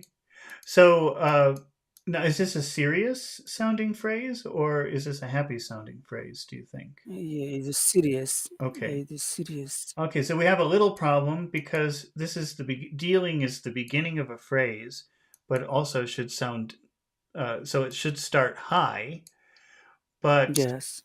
also it's kind of low because it's serious. We want to Yeah. well, so that means that in, So in the first syllable, start high and finish the syllable low.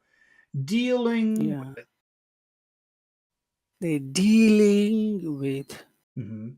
So she's at her wits' end. Dealing with. She's at her wits end. Dealing with. Okay. Dealing with Now, what do you think should be the important words in the final phrase of our sentence?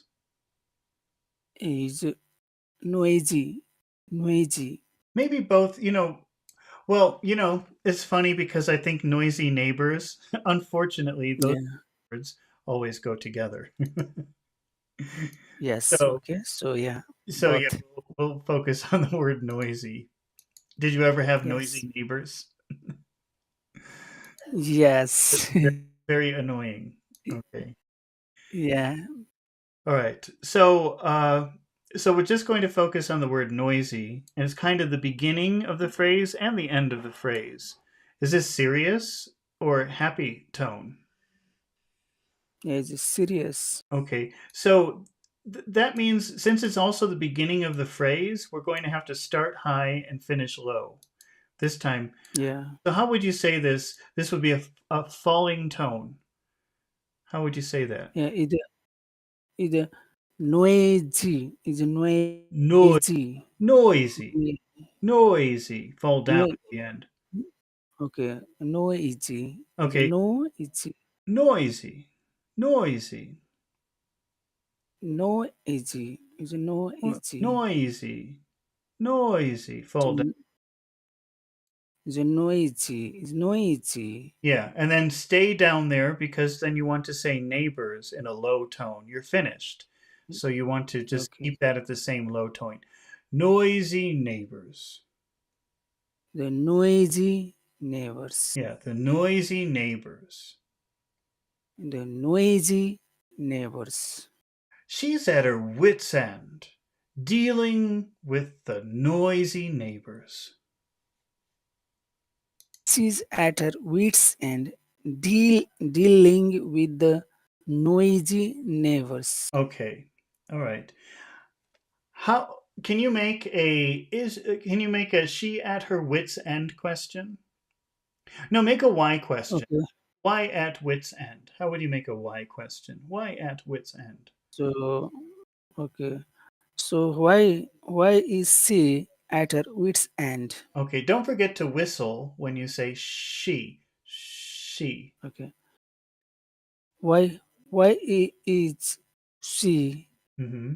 at her wits' end? What do you think about the is that word why? Is that an important word in your question? Yes, sir. Okay. Yes. So how will you say the word why if you want it to sound important to get people's attention? Okay. So uh, why she No, you're right that the word is can be attached to the word why. So it sounds like this. Why is she? Why is she? okay, why Sh- is she Get to whistle. Shh, shh, shh. Why is she? okay, why is she why Why is she why is she at her? wh- why is she at her Why is she at her wits end? why is she at her Why is she at her wits end? uh, wh- why is she at her wits end? Okay, that's good. Tell me because of her noisy neighbors. How would you say that? How would you answer? Because of her noisy neighbors. Because of with the noisy neighbors. Because how would you say because of her together, like one word? Okay, so Because because because of her, because of her, because of her, because of her. because of her, because of her, because of her, Because of her no because of her, because of a noisy don't neighbors. forget you have to say or at least in the UK they would say because of you could say it like that, but I would pronounce it with the Yeah. say because of her, because of her. Because of because of I'll just write it. Because of her. This becomes okay, see this. Okay, yeah, you can see it. So this becomes like one word. So you have the last part of the word is ver. Ver. Can you say that? Ver. yeah, uh, Ver. That's of her. because Ver. Just say ver. of her. Say ver. Just Is tell a verb. ver. Okay, verb. Ver. Verb. No, say ver. Ver. Is a bird. Is a bird. Now say zover. Zover. Zover. It's a jabber. Is jabber. Because of her. Because of her. Because of. Because of her. Because of her. Because of her noisy neighbors. Because of her noisy neighbors. She's at her wits' end because of her noisy neighbors. Is at weird sound because of her She is. noisy neighbors. Tell me she is at her. She is at her. She, she is at her. She's at She her. is at She's her. at her. She's at her. She's at her. She's at her. She's at her. She's at her wits' end because of her noisy neighbors. She's at she's at her wits end dealing with noisy neighbors. Okay. All right. Well, I think that we have to stop here for today. Okay. Thank you, everyone, Thank you, sir. for participating and watching and for all of your questions. And I'll probably be back in about 9 hours so we can read some more Gone with the Wind and try more pronunciation and vocabulary. Okay. Okay, sir. Thank you, sir. I'll see you later. Goodbye. Okay, sir. Nice sleep, sir. You too. Oh, have a good day. Yes, sir. Okay. Bye bye. Bye bye.